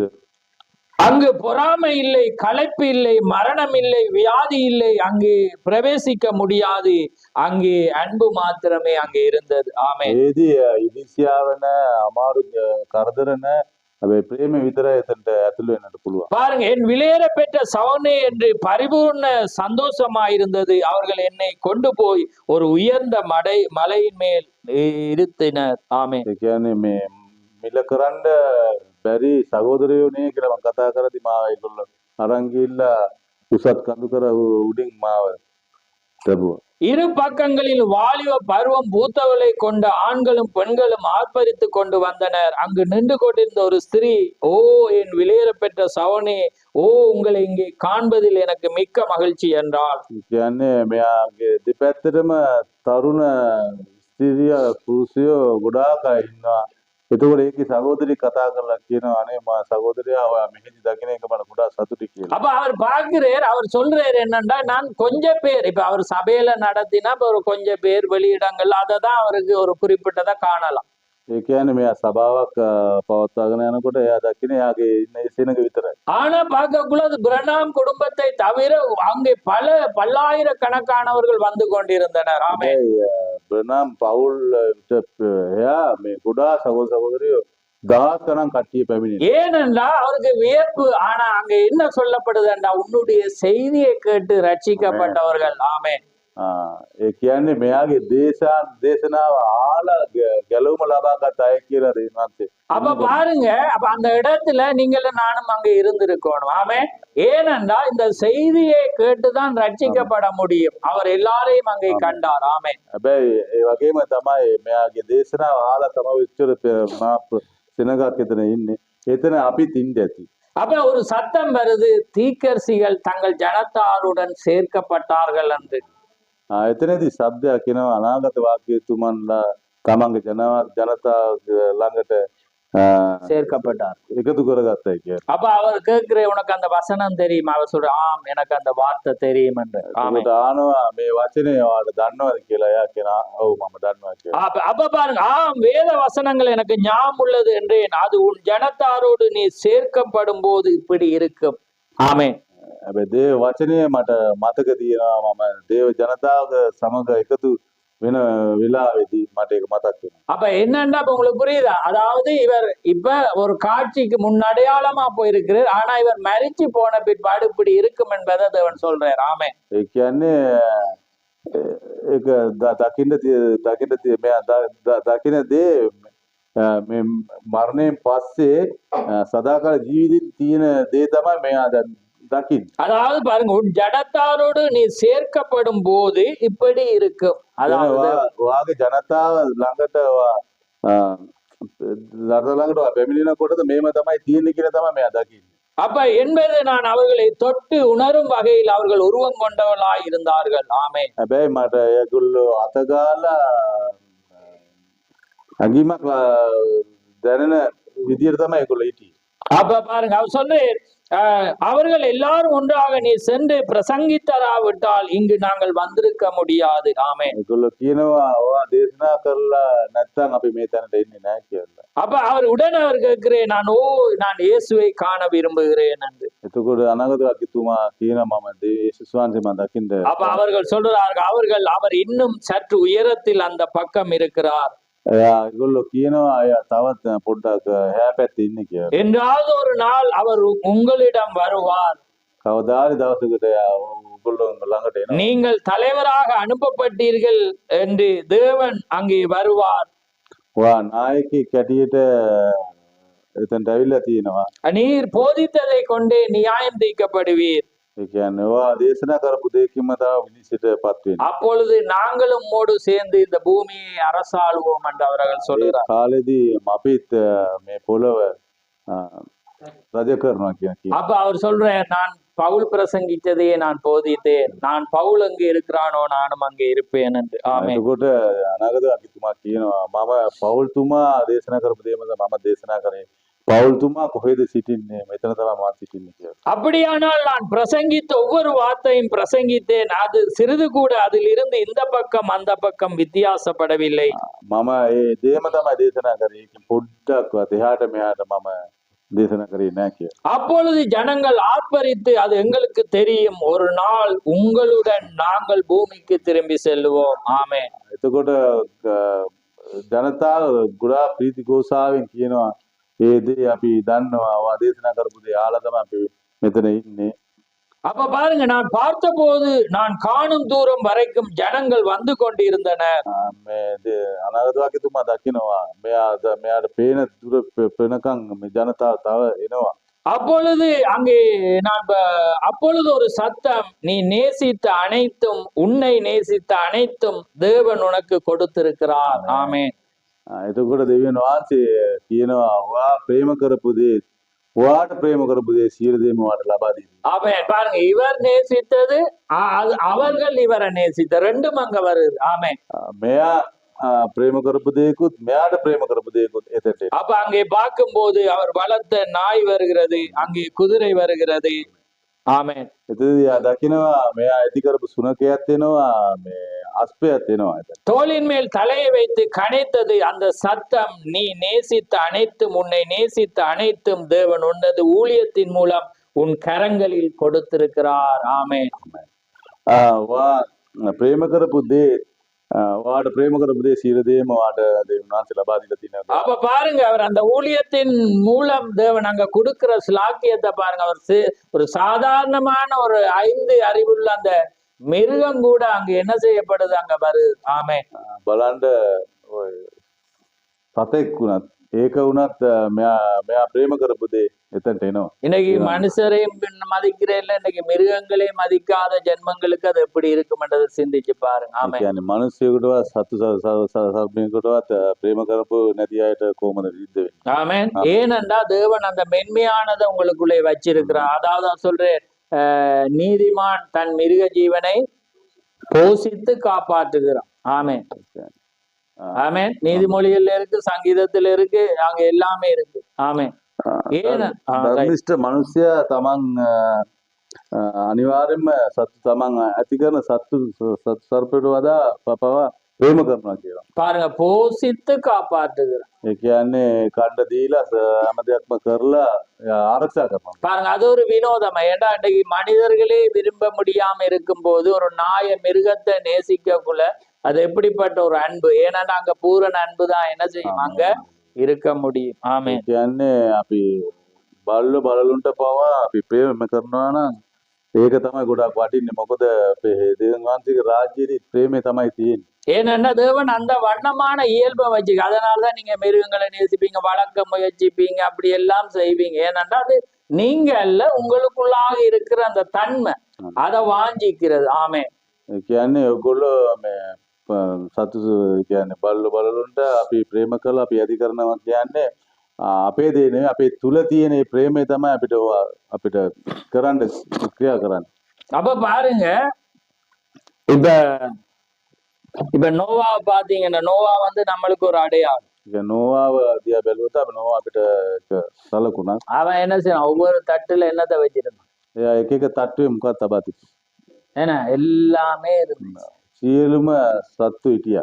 அப்ப இன்றைக்கு வீட்டுல ஒரு நாயை வளர்க்க இயலான்ற என முடியாதன்ற கல்லு அந்த உள்ள எல்லாமே சொல்லுவோம். அதுக்காக இப்ப வித்தியாச பிரசங்கம் இல்ல, நான் சொல்றேன் இயல்ப. நீங்களாகவே இருங்க, தேவனா இருந்தா தேவன் உங்களை மாத்துவேன். நான் எந்த பிரசங்கம் உங்களை மாத்தக்கூடாது, மாத்தே நான் விரும்ப மாட்டேன். ஆமே, தேவனுடைய ஆவிதான் உங்களை என்ன செய்யணும், மாத்தணும். ஆமே. ඕගොල්ලෝ වගේම සිටින්න. මගේ දේශනාව ඕගොල්ලෝ වෙනස් කරන්නේ නෑ. මොකද ඕගොල්ලොන්ට මේක තේරෙන විදිහට ඕගොල්ලෝ ජීවත් වෙන්න. ஏன்னா எனக்கண்டு ஒரு செய்தி இல்ல, நான் இதைதான் நான் அப்படியே சொல்லிட்டு இருக்கிறேன். ஆமே. මට කියලා දේශනාවක් නෑ. මේ දේශනාව තමයි මම ඔයගොල්ලන්ට இதை நான் சத்தியம் என்று விசுவாசிக்கிறேன். මේක ஆமே. සත්‍යයි කියලා මම විශ්වාස කරනවා. அப்ப பாருங்க, அது எல்லாமே அங்க இருந்தது, அவன் அதோட தான் வாழ்ந்தான். මේ ஆமே. සියලු දේ මේ තිබුණා ඒකත් එක තමයි ජීවත් වෙන්නේ. அதே போல அமெரிக்கனை போல கட்டில நாயை வளர்க்கலாமான்னு கேட்டுறாதீங்க, எனக்கு தெரியாது. ඒ ඇමරිකාවේ අය වගේ අඳ උඩට තියලා බල්ලෙක් හදන්න පුළුවන් කියලා මගෙන් ආන්නේ. எல்லாத்துக்கும் ஒரு ஒழுங்கு இருக்கு, அதை நேரடியா வாங்க. நான் செய்தியில பிரசங்கில, ஆனா நான் அந்த அன்பை பெட்டி பேசிட்டு இருக்கிறேன். நாமே හැබැයි හැම දෙයකම ක්‍රමයක් තියෙනවා. ඒක මම ඔයගොල්ලන්ට දැන් කියන්නේ දේශනා කරන්නේ මේ තියෙන දේවල් විතරයි. ஏன்னா எதுவுமே தீட்டு இல்லை. தீட்டு வந்து வாயில இருந்து வாரதான் தீட்டா இருக்கிறது. ஆமே. හැබැයි නපුරු කියන්නේ පිළිකුල් දේවල් කියන්නේ අපේ කටින් එන එක විතරයි. හැබැයි වෙන කිසිම දෙයක් පිළිකුල් නෙවෙයි අපිට. ஏன்னா இன்னைக்கு பாத்தீங்கன்னா, இன்னைக்கு பிச்சைக்காரனை பார்த்தீங்கன்னா நாயும் பக்கத்துல சாப்பிடும், அவனும் சாப்பிடுவான். ඉංග්‍රීසි මිනිස්සු දිහා බැලුවොත් එimhe එයාත් කෑම කනවා, එයාගේ ළඟ බල්ලත් කෑම කනවා. நான் அன்னைக்கு ஒரு போட்டு அவங்க அருமையான குடும்பம் தான், ஒரு கிளி வளர்க்குறாங்க. මම එදා ගියා ගිරවෙක් හදනවා ගෙදරක. அந்த கிளி வந்து கீழே விழுந்து கால் முறிஞ்சிச்சு. ගිර බිම වැටිලා කකුල කැඩිලා. அப்ப அதனால வந்து செப்பட்டையெல்லாம் வளர்த்துட்டு, ஆனா அதுக்கு பறக்க தெரியாது. පියාට තිබුණාට ඉගලන්න බෑ. அந்த கிளி வந்து 20 வருஷமாக இருக்கிறது. ඒ ගිරවා ඒගොල්ලෝ ඇති කරලා අවුරුදු 20ක් වෙනවා. 20 வருஷம் அது சின்ன ஒரு தோலே வளராம, ஒரு அந்த அந்த வளராத முதல் இருக்கும் அதே வண்ணமாக அந்த கிளி எடுக்கப்படும். කියන්නේ අවුරුදු ගාණක් නිසා මේ වයසට ගිහිල්ලා පියාට මොනවත් නැතුව තියෙන සාමාන්‍ය අදිච්ච මේ පොඩි පැටියෙක් වගේ තමයි ඉන්නේ. அப்ப அதனால அந்த சவரன் சாப்பாடு கொடுக்கறதுக்கு நாக்குல அந்த அரைச்சி போட்டு அதை அப்படி கிளி அப்படி வச்சு பழக்கிட்டாரு. ගෙදර සහෝදරයා තමන් හපලා දිවේ තියලා ගිරවට කන්න දීලා පුරුදු කරා. அது அதுலயே சாப்பிட்டு பழகி இப்ப 20 வருஷம் ஆயினா அதான் வேலையா இருக்கு. ஆமா. එයා එහෙම පුරුදු වෙලා කාලා තාමත් එහෙම තමයි ඉන්නේ. அப்ப அன்னைக்கு நாங்க அவங்களோட வீட்டை சாப்பாடு போக்குள்ள பாத்தீங்கன்னா, ஒரு சின்ன 1ஆம் ஆண்டு புள்ள இருக்குது. அந்த புள்ள புளியட்ட சாப்பிடுது பார்த்தா கிளியும் வந்து பக்கத்துல சாப்பிட்டுட்டு இருக்கு. ගෙදර පොඩි දරුවෙක් හිටියා. එයා කෑම කන ගමන් මෙයාට ළඟට ඇවිල්ලා එයා ළඟ කනවා. அதுக்கு பிற்பாடு பார்த்தா அதுக்கு அந்த அரைச்சி சாப்பிட்டு பழக்கமடைய அந்த புள்ள என்ன செய்யுது, நாக்குல சப்பி போட்டு வைக்கிறது. அந்த 20 பெரிய கிளி வந்து வாயில நின்று இப்படி சாப்பிடுது.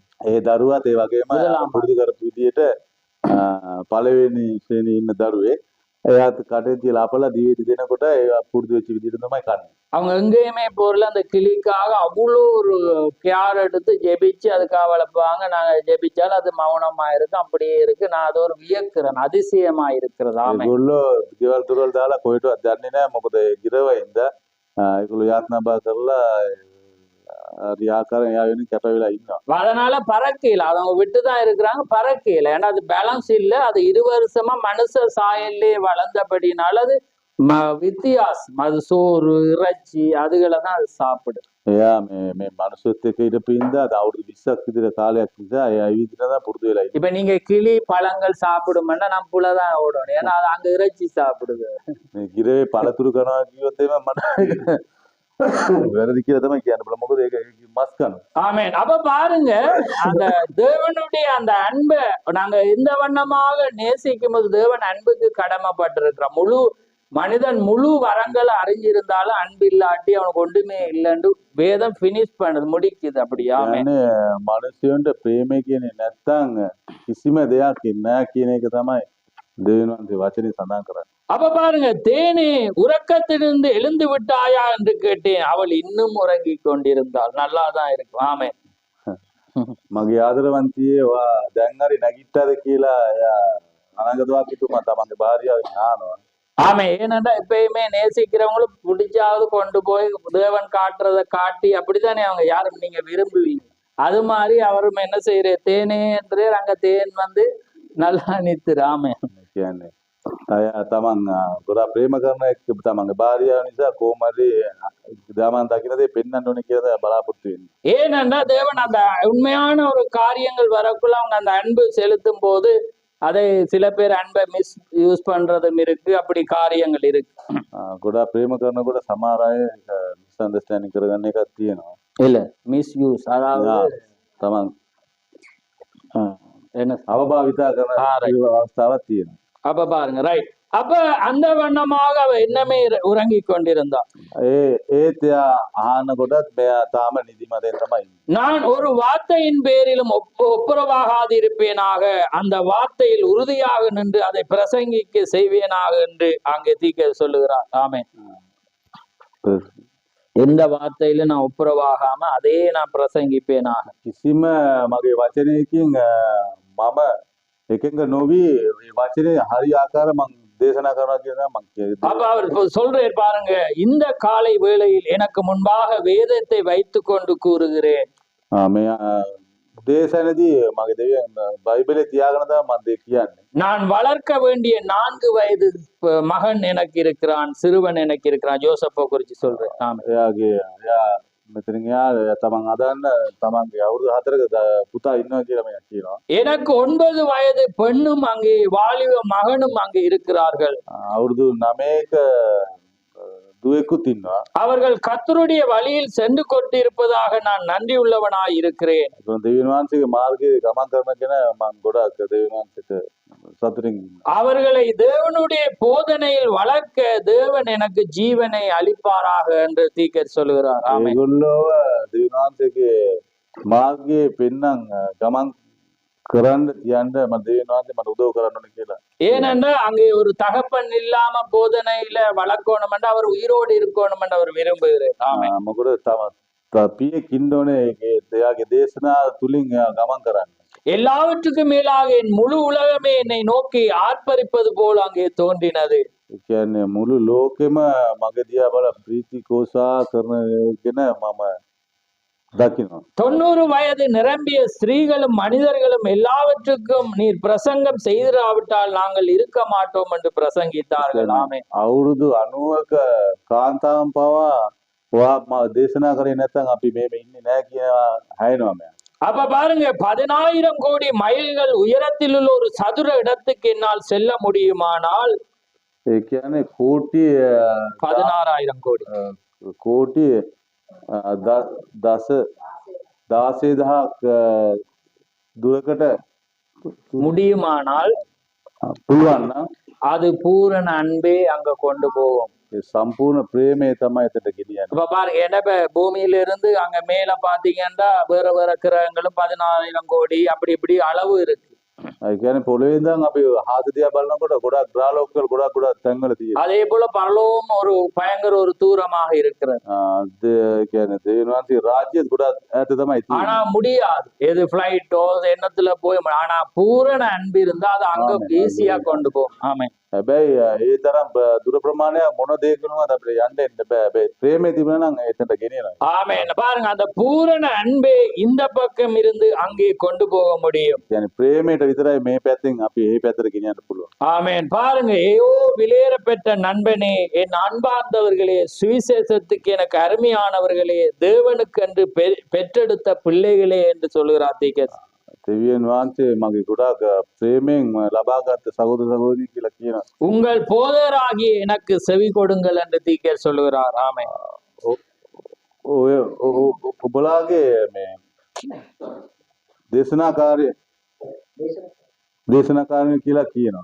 நீங்கள் அதை உங்களுக்கு விவரிக்க எனக்கு ஏதாயிலும் ஒரு வழி இருந்தால் நலமாயிருக்கும். මේ ගැන ඔයගොල්ලන්ට පැහැදිලි කරන්න මට මාර්ගයක් තියෙනවා නම් ගොඩාක් හොඳයි කියලා මෙයා. ஏண்டா அவ்வளவு அங்கே விவரிக்க முடியாத ஒன்றா இருக்கிறது. ඒ කියන්නේ මේ ගැන ඒකට පැහැදිලි කරන්න බෑ. ඒ තරම් ගොඩාක් සතුටුදායක දෙයක්. ஆனால் நண்பர்களே, ඒත් මගේ යාළුවනේ நீங்கள் என்ன செய்த போதிலும் ඔගොල්ලෝ මොනවා කරත් பூரண அன்பை பெற்றிருக்கும் வரைக்கும் සම්පූර්ණ ප්‍රේමය ලබාගෙන ඉන්නකම් மற்ற எல்லாவற்றையும் ஒருபுறம் தள்ளி விடுங்கள். අනිත් සියලු දේ එක පැත්තකට කරන්න.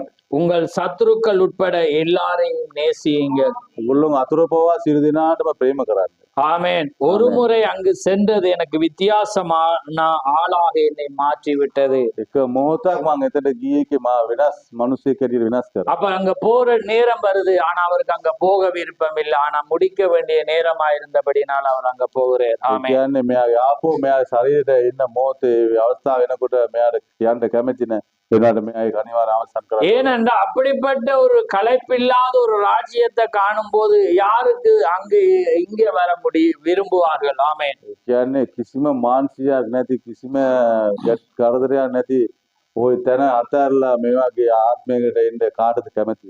ஆமென். அதனாலதான் இந்த மகத்துவமானதை நான் உங்களுக்கு பிரசங்கிக்கிறேன் என்றா, நீங்க இதையாவது கண்டு நீங்க ஒரு வாஞ்ச ஸ்டெப் எடுத்து வைங்க, தேவன் உதவி செய்வார். ஆமென். මේ වගේ උතුම් දෙයක් ගැන මම දේශනා කරන්නේ මේ වගේ ඔයගොල්ලෝ දැකලා නැතත් මම හාලාරි ඔයගොල්ලෝ උත්සාහ ගන්න මේ වගේ තැනකට මම ஏண்டா அது ஒரு ஸ்லாக்கியமான ஒன்றா இருக்கிறது. ඒක ගොඩාක් උතුම් දෙයක්. நீங்க அவருடைய வார்த்தையை விசுவாசிங்க, அவர் நேற்றும் என்றும் மாறாதவராயிருக்கிறார். දේවාදී වචන විතර විශ්වාස කරන එයා ඊයේ අද සදාකාලම වෙනස් වෙනව කරන දෙවියන් වහන්සේ. நீங்கள் அங்கே சிலது ஒரு மூட நம்பிக்கையா கூட இருக்கு, ஆனா நீங்க அதை விசுவாசித்து அது மகிமையாக அவர் செய்வார். ஆமென். ඒවා සමාන විට මේ නිකන් බොරුවක් වෙන්න පුළුවන් ඕගොල්ලන්ට. හැබැයි ඒක කමන්න ඕගොල්ලෝ විශ්වාසය තබන්න ඒකට අනිවාර්යයෙන්. நீங்க ஏனென்றால் உங்களுடைய விசுவாசம் இங்கே வைக்கிறீர்கள் என்பதுதான் அங்கே காரியமாயிருக்கிறது. ඕගොල්ලන් විශ්වාසය තබන්න කොහෙද කියන එක තමයි මෙතන ඕන වෙන්නේ. நான் அன்னைக்கு அங்கே ஒரு தண்ணீர் 2 போத்தல் அங்கே நிரப்பி போன வாரம் நான் ஜெபிச்சு அனுப்பி இருந்தேன். වතුර බෝතල් දෙකක් මම පුරවලා යාත්‍රා කරේ වල තිබ්බා. அப்ப அது அங்கே அந்த பிள்ளை கொண்டு போற வழியில இன்னொரு பிள்ளைக்கு அங்கே வருத்தமாயிருந்தது. ඒක අරන් යනකොට තව දරුවෙකුට අමාරුවක් ඇති වුණා. அப்ப அதுல ஒரு போத்தல் அங்க கொடுத்துரு. එතනට එක බෝතලයක් දීලා அப்ப அந்த போத்தல அது குடிச்சோன்னா அந்த ஒன் த ஸ்பாட்லயே அது சுகமாயிடும். ඒ වතුර බීපු වෙලාවේ එතනදී එයාට සනීප. அப்ப அந்த டைம்ல அவங்களோட அப்பா 10 நாளாக இயலாம ஒரு வருத்தத்துல இருக்குது.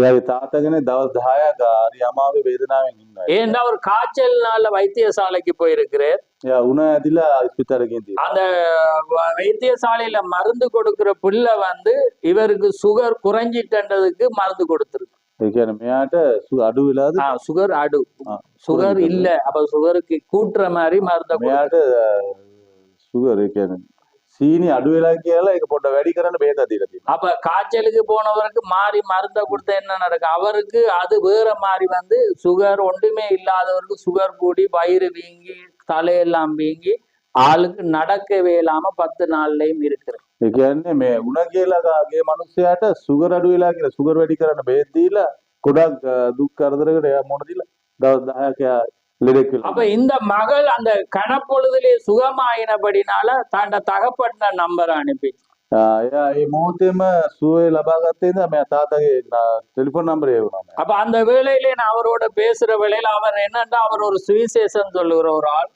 එයා මේ දේශනා කරන කෙනෙක් එයා තාත්තා. ஆனா அதாவது ஒரு அது இல்ல, அவர் ஒரு ஆழமான ஒரு கிறிஸ்தவத்துல முதல் படி கணப்பூரா. கிறிஸ்டியானி ஆகமேදී පොඩි ජඹුරත්ම තත්වයක ඉන්න කෙනෙක්. அப்ப கிளினிக் போறாங்களுக்குலாம் அவர் சொல்லுவாரு, நீங்க கிளினிக் போங்க, தேவன்ட வாங்க, அவர் சுகமாக்குவேரன். මේ ක්ලිනික් යන කට්ටිය දැකලා එයා කියනවා ඒගොල්ලෝ ඔය ඉස්පිතාලේ ක්ලිනික් වලට යන්නේ මං ගාවට அப்ப அப்படி இருக்கிற வேளையில இப்ப இவர் வருத்தம் ஆயிட்டு. ඒ වගේ කියපු කෙනා දැන් මෙයා ලෙඩ. அப்ப அவர் அந்த வண்ணமாக சொல்ற வேளையில நான் நிறைய இதுல நான் டைம் இல்லாதனால நான் அவருக்கு சத்தியத்தை நான் எடுத்து சொல்லி ஜெபிக்கும் போது தேவன் அதை மாத்தினார். ஆமென்.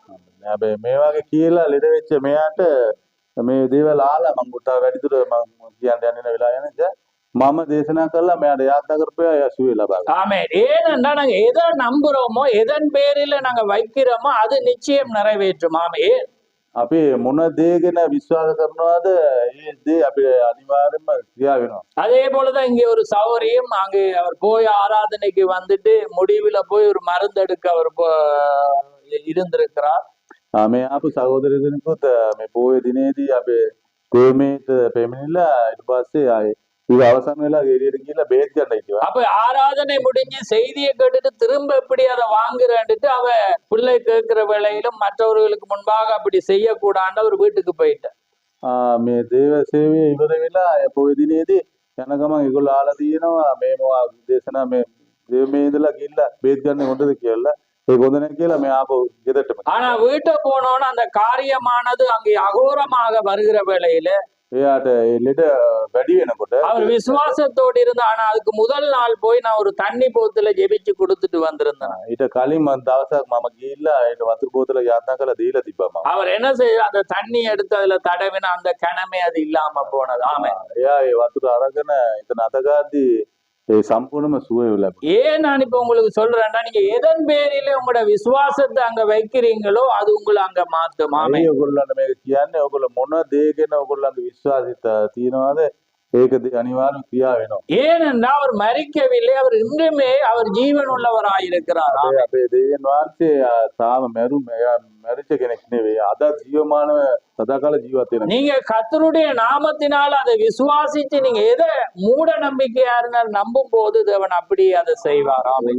අපි දෙවියන් වහන්සේ විදිහටම විශ්වාස කරලා අපි ඉන්නවනම් අපි මෝඩයෝ අපේ විශ්වාසය මෝඩයි කියන අපි කවුරු කිව්වත් ඒ වුණාට අපේ විශ්වාසය ක්‍රියා වෙනවා. ஏனென்றால் அவர் இன்றைக்கும் அதே தேவன் தான், இன்றைக்கும் உங்களோடு இருக்கிறார். சதா காலமும் நான் உயிரோடு இருக்கிறேன். අපේ දෙවියන් වහන්සේ කියන්නේ සදාකාලික ජීවමාන දෙවියන් වහන්සේ. ஆமென். அதனாலதான் நீங்க அந்த காலத்தை நீங்க அறியணும். අපි ඒ කාලේ අපි දැනගන්න ඕනේ. இந்த காலம் அவர் உங்களுக்குள்ளும் எனக்குள்ளும் இருக்கிற ஒரு காலம். அவர் நடந்து கொண்டிருக்கிறார், அவர் உங்களோட பேசி கொண்டிருக்கிறார், அவர் உங்களை விசாரித்து கொண்டிருக்கிறார். அதனால்தான் நீங்க அந்த வார்த்தையை வச்சுதான் அவரோட ஸ்டைல நீங்க கண்டுகொள்ள முடியும். ஆமென். එදා ක්‍රියා කරපු ආකාරයෙන් තමයි අද අපේ දෙවියන් වහන්සේ අපි තුල සියලු දේ කරගෙන ඉන්නේ. එයා කොන විදියකින් මොන ආකාරයෙන්ද අපි මඟ පෙන්වන්නේ කියලා අපි දැනගෙන සිටියොත් ඒක අඳුර ගන්න පුළුවන්. ஆமென். பாருங்க, அந்த காலத்திரைக்கு அப்பால் இருக்கிற மனிதர்கள் எப்படிப்பட்டவர்களாக இருந்தார்கள். ඒ කාලේ තිරේට පිටිපස්සේ සිදුවෙච්ච දේවල් කොහොමද කියලා බලන්න. அப்ப பாருங்க, தேவன் எப்படிப்பட்ட ஒரு மகத்தான ஒரு ஸ்லாக்கியத்தை தீர்க்கதரிசிக்கு அங்கே கொடுத்திருக்கிறார். අපි අනාගත වාක්‍යතුමාට දෙවියන් වහන්සේ කොයිතරම් උතුම් දෙයක් පෙන්නලා තියෙනවා. பாருங்க, உன்னை நேசிக்கிறவங்களை நீ நேசிக்கிறவங்களை ඔයාට ප්‍රේම කරන එක්කෙනාටත් ඔයාට ප්‍රේම කරන එක්කෙනාවයි அவர் அங்கே கொண்டு வர உன்னோடு அவர்கள் வருவார்கள் என்று. ஆமென். ඔයාගේ ළඟට ඒ සියලු දෙනාම එනවා. දෙපැත්තම එනවා. ஆமென். அப்ப இப்படிப்பட்ட ஒரு மகத்தான செய்திக்காக நாங்க உறுதியாக நின்று அவரை நேசிப்போமானால் நிச்சயமாக அந்த அன்பு எங்களை அங்க கொண்டு வரும். ආමෙන්. මේ තරම් උතුම් ප්‍රේමය අපි අපේ දේවසේක විශ්වාස කරලා අපි ජීවත් වෙනවා නම් අපි එතනට ඒක අනිවාර්යයෙන්ම අරන් එනවා. அப்ப தேவன் நான் முன்னமே சொன்ன மாதிரி அந்த சோட்ல வாரதுக்கு நிறைய வார்த்தைகள் இருக்கிறது. ඒ කියන්නේ කෙටියෙන් එන්න ගොඩක් වචනවල් තියෙනවා. பாருங்க, பழைய ஏற்பாடுல பாருங்க, ஒரு அறியாத பெண் வேற தேசமா இருந்தாலும் அந்த வந்து இந்த வித்த சுமந்ததுனால அவர் ரட்சிக்கப்படுறான். අපි පරණ ගිවිසුමේදී අපි බලනවා මේ ඒ ජාතිය පිට ජාතිය කෙනෙක් ඇවිල්ලා එයා දරුවෙක්ව இவண்ட பிள்ளைய சுமக்கிற வேளையில அவர் உள்ளுக்குள்ள வாரார். இல்லாட்டி யூதரை தவிர யாரும் யூதனா மாறையில உள்ள வரையில. කියන්නේ යුදවරුන්ගේ මේවාට සම්බන්ධ වෙන්නේ පිට කිසි කෙනෙකුට.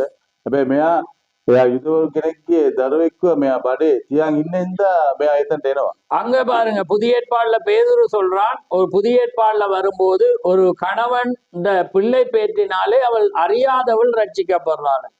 ඒ කියන්නේ අලුත් ගිවිසුමේදී පේදුරුතුමා කියනවා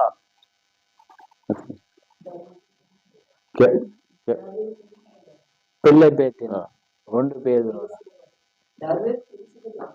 දරුවෙ පිළිසිදි කියන්නේ. பாருங்க, அவ வந்து ஒன்றுமே இல்லை. ஆனா அத சுமந்ததுனால பிள்ளை பேற்றினால இவ அவருக்கு செய்ய வேண்டிய காரியத்துல அந்த பிள்ளைய வளர்த்ததினால அங்க என்ன செய்யப்படுது, உள்ள வருது. දරුවෙක් මේ ස්ත්‍රී කෙනෙක් ඔයා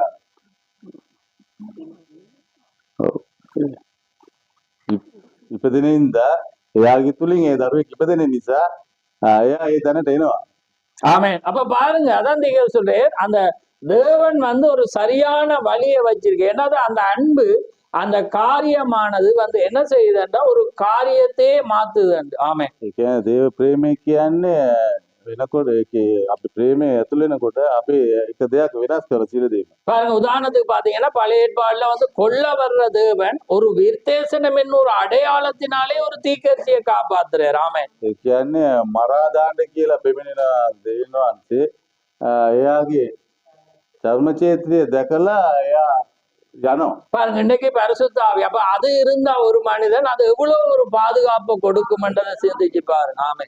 සුද්ධාත්මයන් වහන්සේ අපි තුල තියෙනවා නම් අපි කොච්චර තරම් දේවවල ආරක්ෂා කරලා ஆமே. அப்ப பாருங்க, அது உங்களோடு சேர்ந்து அந்த கூட்டத்தையும் அது பாதுகாக்கும். ஏனென்றா அது அவ்வளவு சத்தியமா இருக்கு. කියන්නේ සුද්ධාත්මයන් වහන්සේ කියන්නේ අපිත් එක්ක අපි ඉන්න සියලු කණ්ඩායම පවා ඒක බේර ගන්න. ஆமென். அதனால கர்த்தர் தாமே உங்களை ஆசீர்வதிப்பாராக. ආමෙන්. தேவனுக்குள்ளாக இந்த காரியங்களை தேவன் காண செய்தார். දෙවියන් වහන්සේ තුල මේ සියලු දේවල් දැක ගන්නද දෙවියන් වහන්සේ අපිට நாங்கள் நிறைய காரியங்களை நாங்கள் காண நாங்க விரும்புகிறோம், அறிந்து கொள்ள நாங்க விரும்புகிறோம். අපි ගොඩක් දේවල් අඳුර ගන්න දැක ගන්නට කැමැති. ஏனென்றா தேவனுடைய அவ்வளவு பைபிள்ல நீங்க வீட்டை போய் திரும்ப வாசிங்க, அவ்வளவு காண முடியாததையும் தேவன் அவருடைய ஆவியினாலே எங்களுக்கு வெளிப்படுத்தினார் என்றது வண்ணமாக தேவன் இன்றைக்கும் அவர் மாறாதவராயிருக்கிறார். අපි විශ්වාස කරපු දේවල් එයා උතුම් මා බලවත්කමෙන් අපිට පෙන්වනවා කියන එක අද අපි දේශනාවලින් දැක්කා. அதனால நீங்க தேவனுடைய வார்த்தையை நேசிங்க. நீங்க அவரை நம்பும் போது பூரண அன்பு பயத்தை புறம்பே தள்ளும்.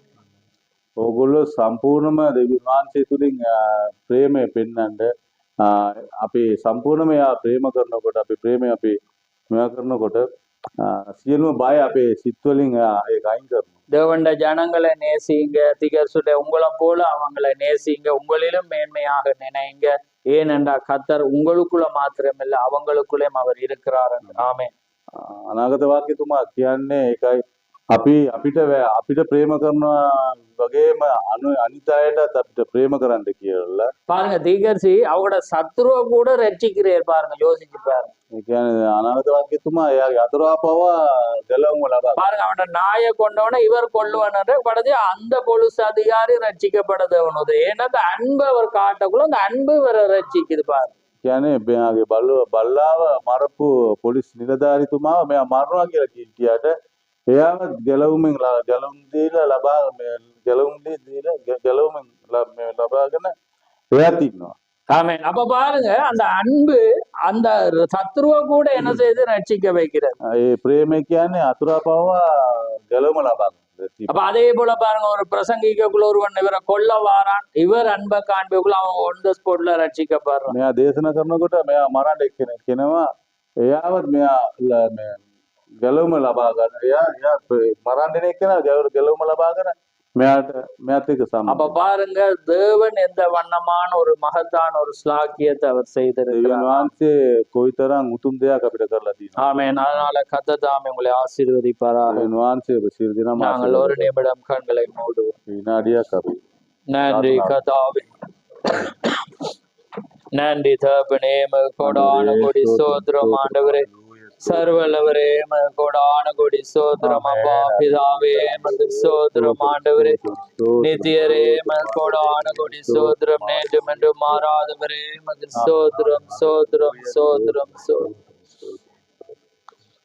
மகா பேசமுள்ள பிதாவே, இந்த மகத்துவமான இந்த நேரத்துக்காக உமக்கு சோத்திரம்.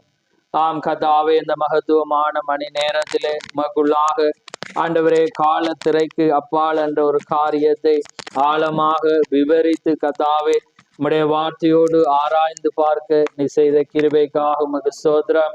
ஏனென்றால் காலத்துக்கு அப்பால் இருக்கிற ஜனங்கள் எப்படிப்பட்டவர்கள், எப்படிப்பட்ட இயல்பை உடையவர்கள், எப்படிப்பட்ட வாழ்க்கையை உடையவர்கள், எப்படியான ஒரு மகிமை இருக்கு என்பதை இந்த வேளையிலே நாங்கள் பார்த்தோம். அதனால்தான் இந்த பூமியிலே நாங்கள் எப்படி வாழ்கிறோமோ அந்த வாழ்க்கையை ஆண்டவரே அதிக சாட்சி கொடுக்கிறது என்று வேதம் சொல்கிற வண்ணமாக எங்களுடைய ஜீவியத்தில் நாங்கள் நடக்கிற பேச்சு, நடைமுறைகள், காட்சிகள் யாவும் நாங்கள் அங்கே இருப்போமா இல்லையா என்பதை சாட்சி பருகிறதா இருக்கிறது. ஆனால் இந்த பூமியிலே நாங்கள் வாழும் போது நாங்கள் ஒருவரை ஒருவர் நேசித்து உம்முடைய வார்த்தைக்காக நாங்கள் எங்களை அர்ப்பணித்து வாழும்போது நிச்சயமாகவும் மறுக்கரையிலே நாங்கள் இருப்போம் என்பதை அது காண்பிக்கிறதாயிருக்கிறது. அது இந்த பூமியிலே வாழ்கிற மற்றவர்களுக்கு ஒரு சாட்சியை மாத்திரமல்ல, ஒரு ரட்சிப்பையும் கொடுக்கிறதாக இருக்கிறது. ஏனென்றால் இந்த பூமியானது மரணத்துக்குள்ளாக இருக்கிற வேளையிலே அந்த மரணத்திலிருந்து விடுதலையாக்கவே நீர் எங்கள் ஒவ்வொருவரையும் நீர் வைத்தவராயிருக்கிறீர். அதனால் எங்களுடைய பிரசங்கமோ அல்லது எங்களுடைய பேச்சோ அல்லது எங்களுடைய அரவணைப்போ அல்லது நாங்கள் கொடுக்கிற ஆண்டவரே மகத்தான அந்த உதவிகளோ அவர்களுக்கு ரட்சிப்பை கொடுத்து அந்த அன்பு ஆண்டவரே அவர்களை அந்த உண்மையான அன்பை அங்கே காண்பிக்க நீ செய்யற கிருபைக்காக உமக்கு சோதரம். தேவர்களை ஆசீர்வதியும், வந்த ஒவ்வொரு பிள்ளைகளையும் ஆசீர்வதியும். ஆவிக்குரியவன் எல்லாவற்றையும் நிதானித்து அறிகிறான் என்ற வண்ணமாக உம்முடைய பிள்ளைகள் ஒவ்வொன்றையும் அறிந்து கொள்ள நீர் உதவி செய்யும். தேவர்களை உம்முடைய கரத்தில் ஒப்பு கொடுக்கிறோம். ஒவ்வொருவரையும் ஆசீர்வதியும். இந்த வார்த்தைகள் ஒவ்வொரு உள்ளத்திலும் பேச நீர் கிருபை செய்யும். நீரே நல்ல போதகராக இருக்கிறபடினால் பரிசுத்த ஆவியானவர் ஒருவனுக்கு புரிய வைக்காவிட்டால், தெளிவுபடுத்த விட்டால், போதிக்காவிட்டால் யார் அதை பெற்றுக்கொள்வான் என்ற வண்ணமாக நீரே எங்கள் நல்ல போதகராக இருந்து ஒவ்வொருவருக்கு நீர் புரிய வைக்க போற கிருபைக்காக உமக்கு சோத்திரம். இந்த வேளை உம்முடைய கரத்தில் ஒப்பு கொடுக்கிறோம். ஒவ்வொருவரை ஆசீர்வதியும் வழி நடத்தும். யாவை உம்முடைய கரத்திலே தாழ்த்தி இயேசு கிறிஸ்து நாமத்தில் கேட்கிறோம். ஆமென், ஆமென். பரமண்டலத்தில் இருக்க எங்கள் பிதாவே, உம்முடைய நாமம் பரிசுத்தப்படுவதாக, உம்முடைய நாமம் மகிமைப்படுவதாக, உம்முடைய ராஜ்யம் பெறுவதாக, உம்முடைய சித்தம் பரலோகத்திலே செய்யப்படுவது போல பூலோகத்திலும் செய்யப்படுவதாக. எங்களுக்கு வேண்டிய ஆகாரத்தை என்று எங்களுக்கு தாரும்.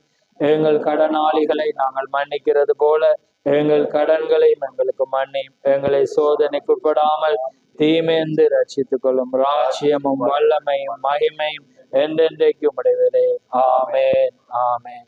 என் ஆத்துமாவே கர்த்தரை சோத்ரி, என் முழு உள்ளமே அவருடைய பரிசுநாமத்தை சோத்ரி. என் ஆத்துமாவே கர்த்தரை சோத்ரி, அவர் செய்த சகல பாரங்களையும் மறவாதே. ஆமென், ஆமென். கர்த்தர் தாம் எங்கள் ஒவ்வொருவரையும் ஆசீர்வதிப்பாராக.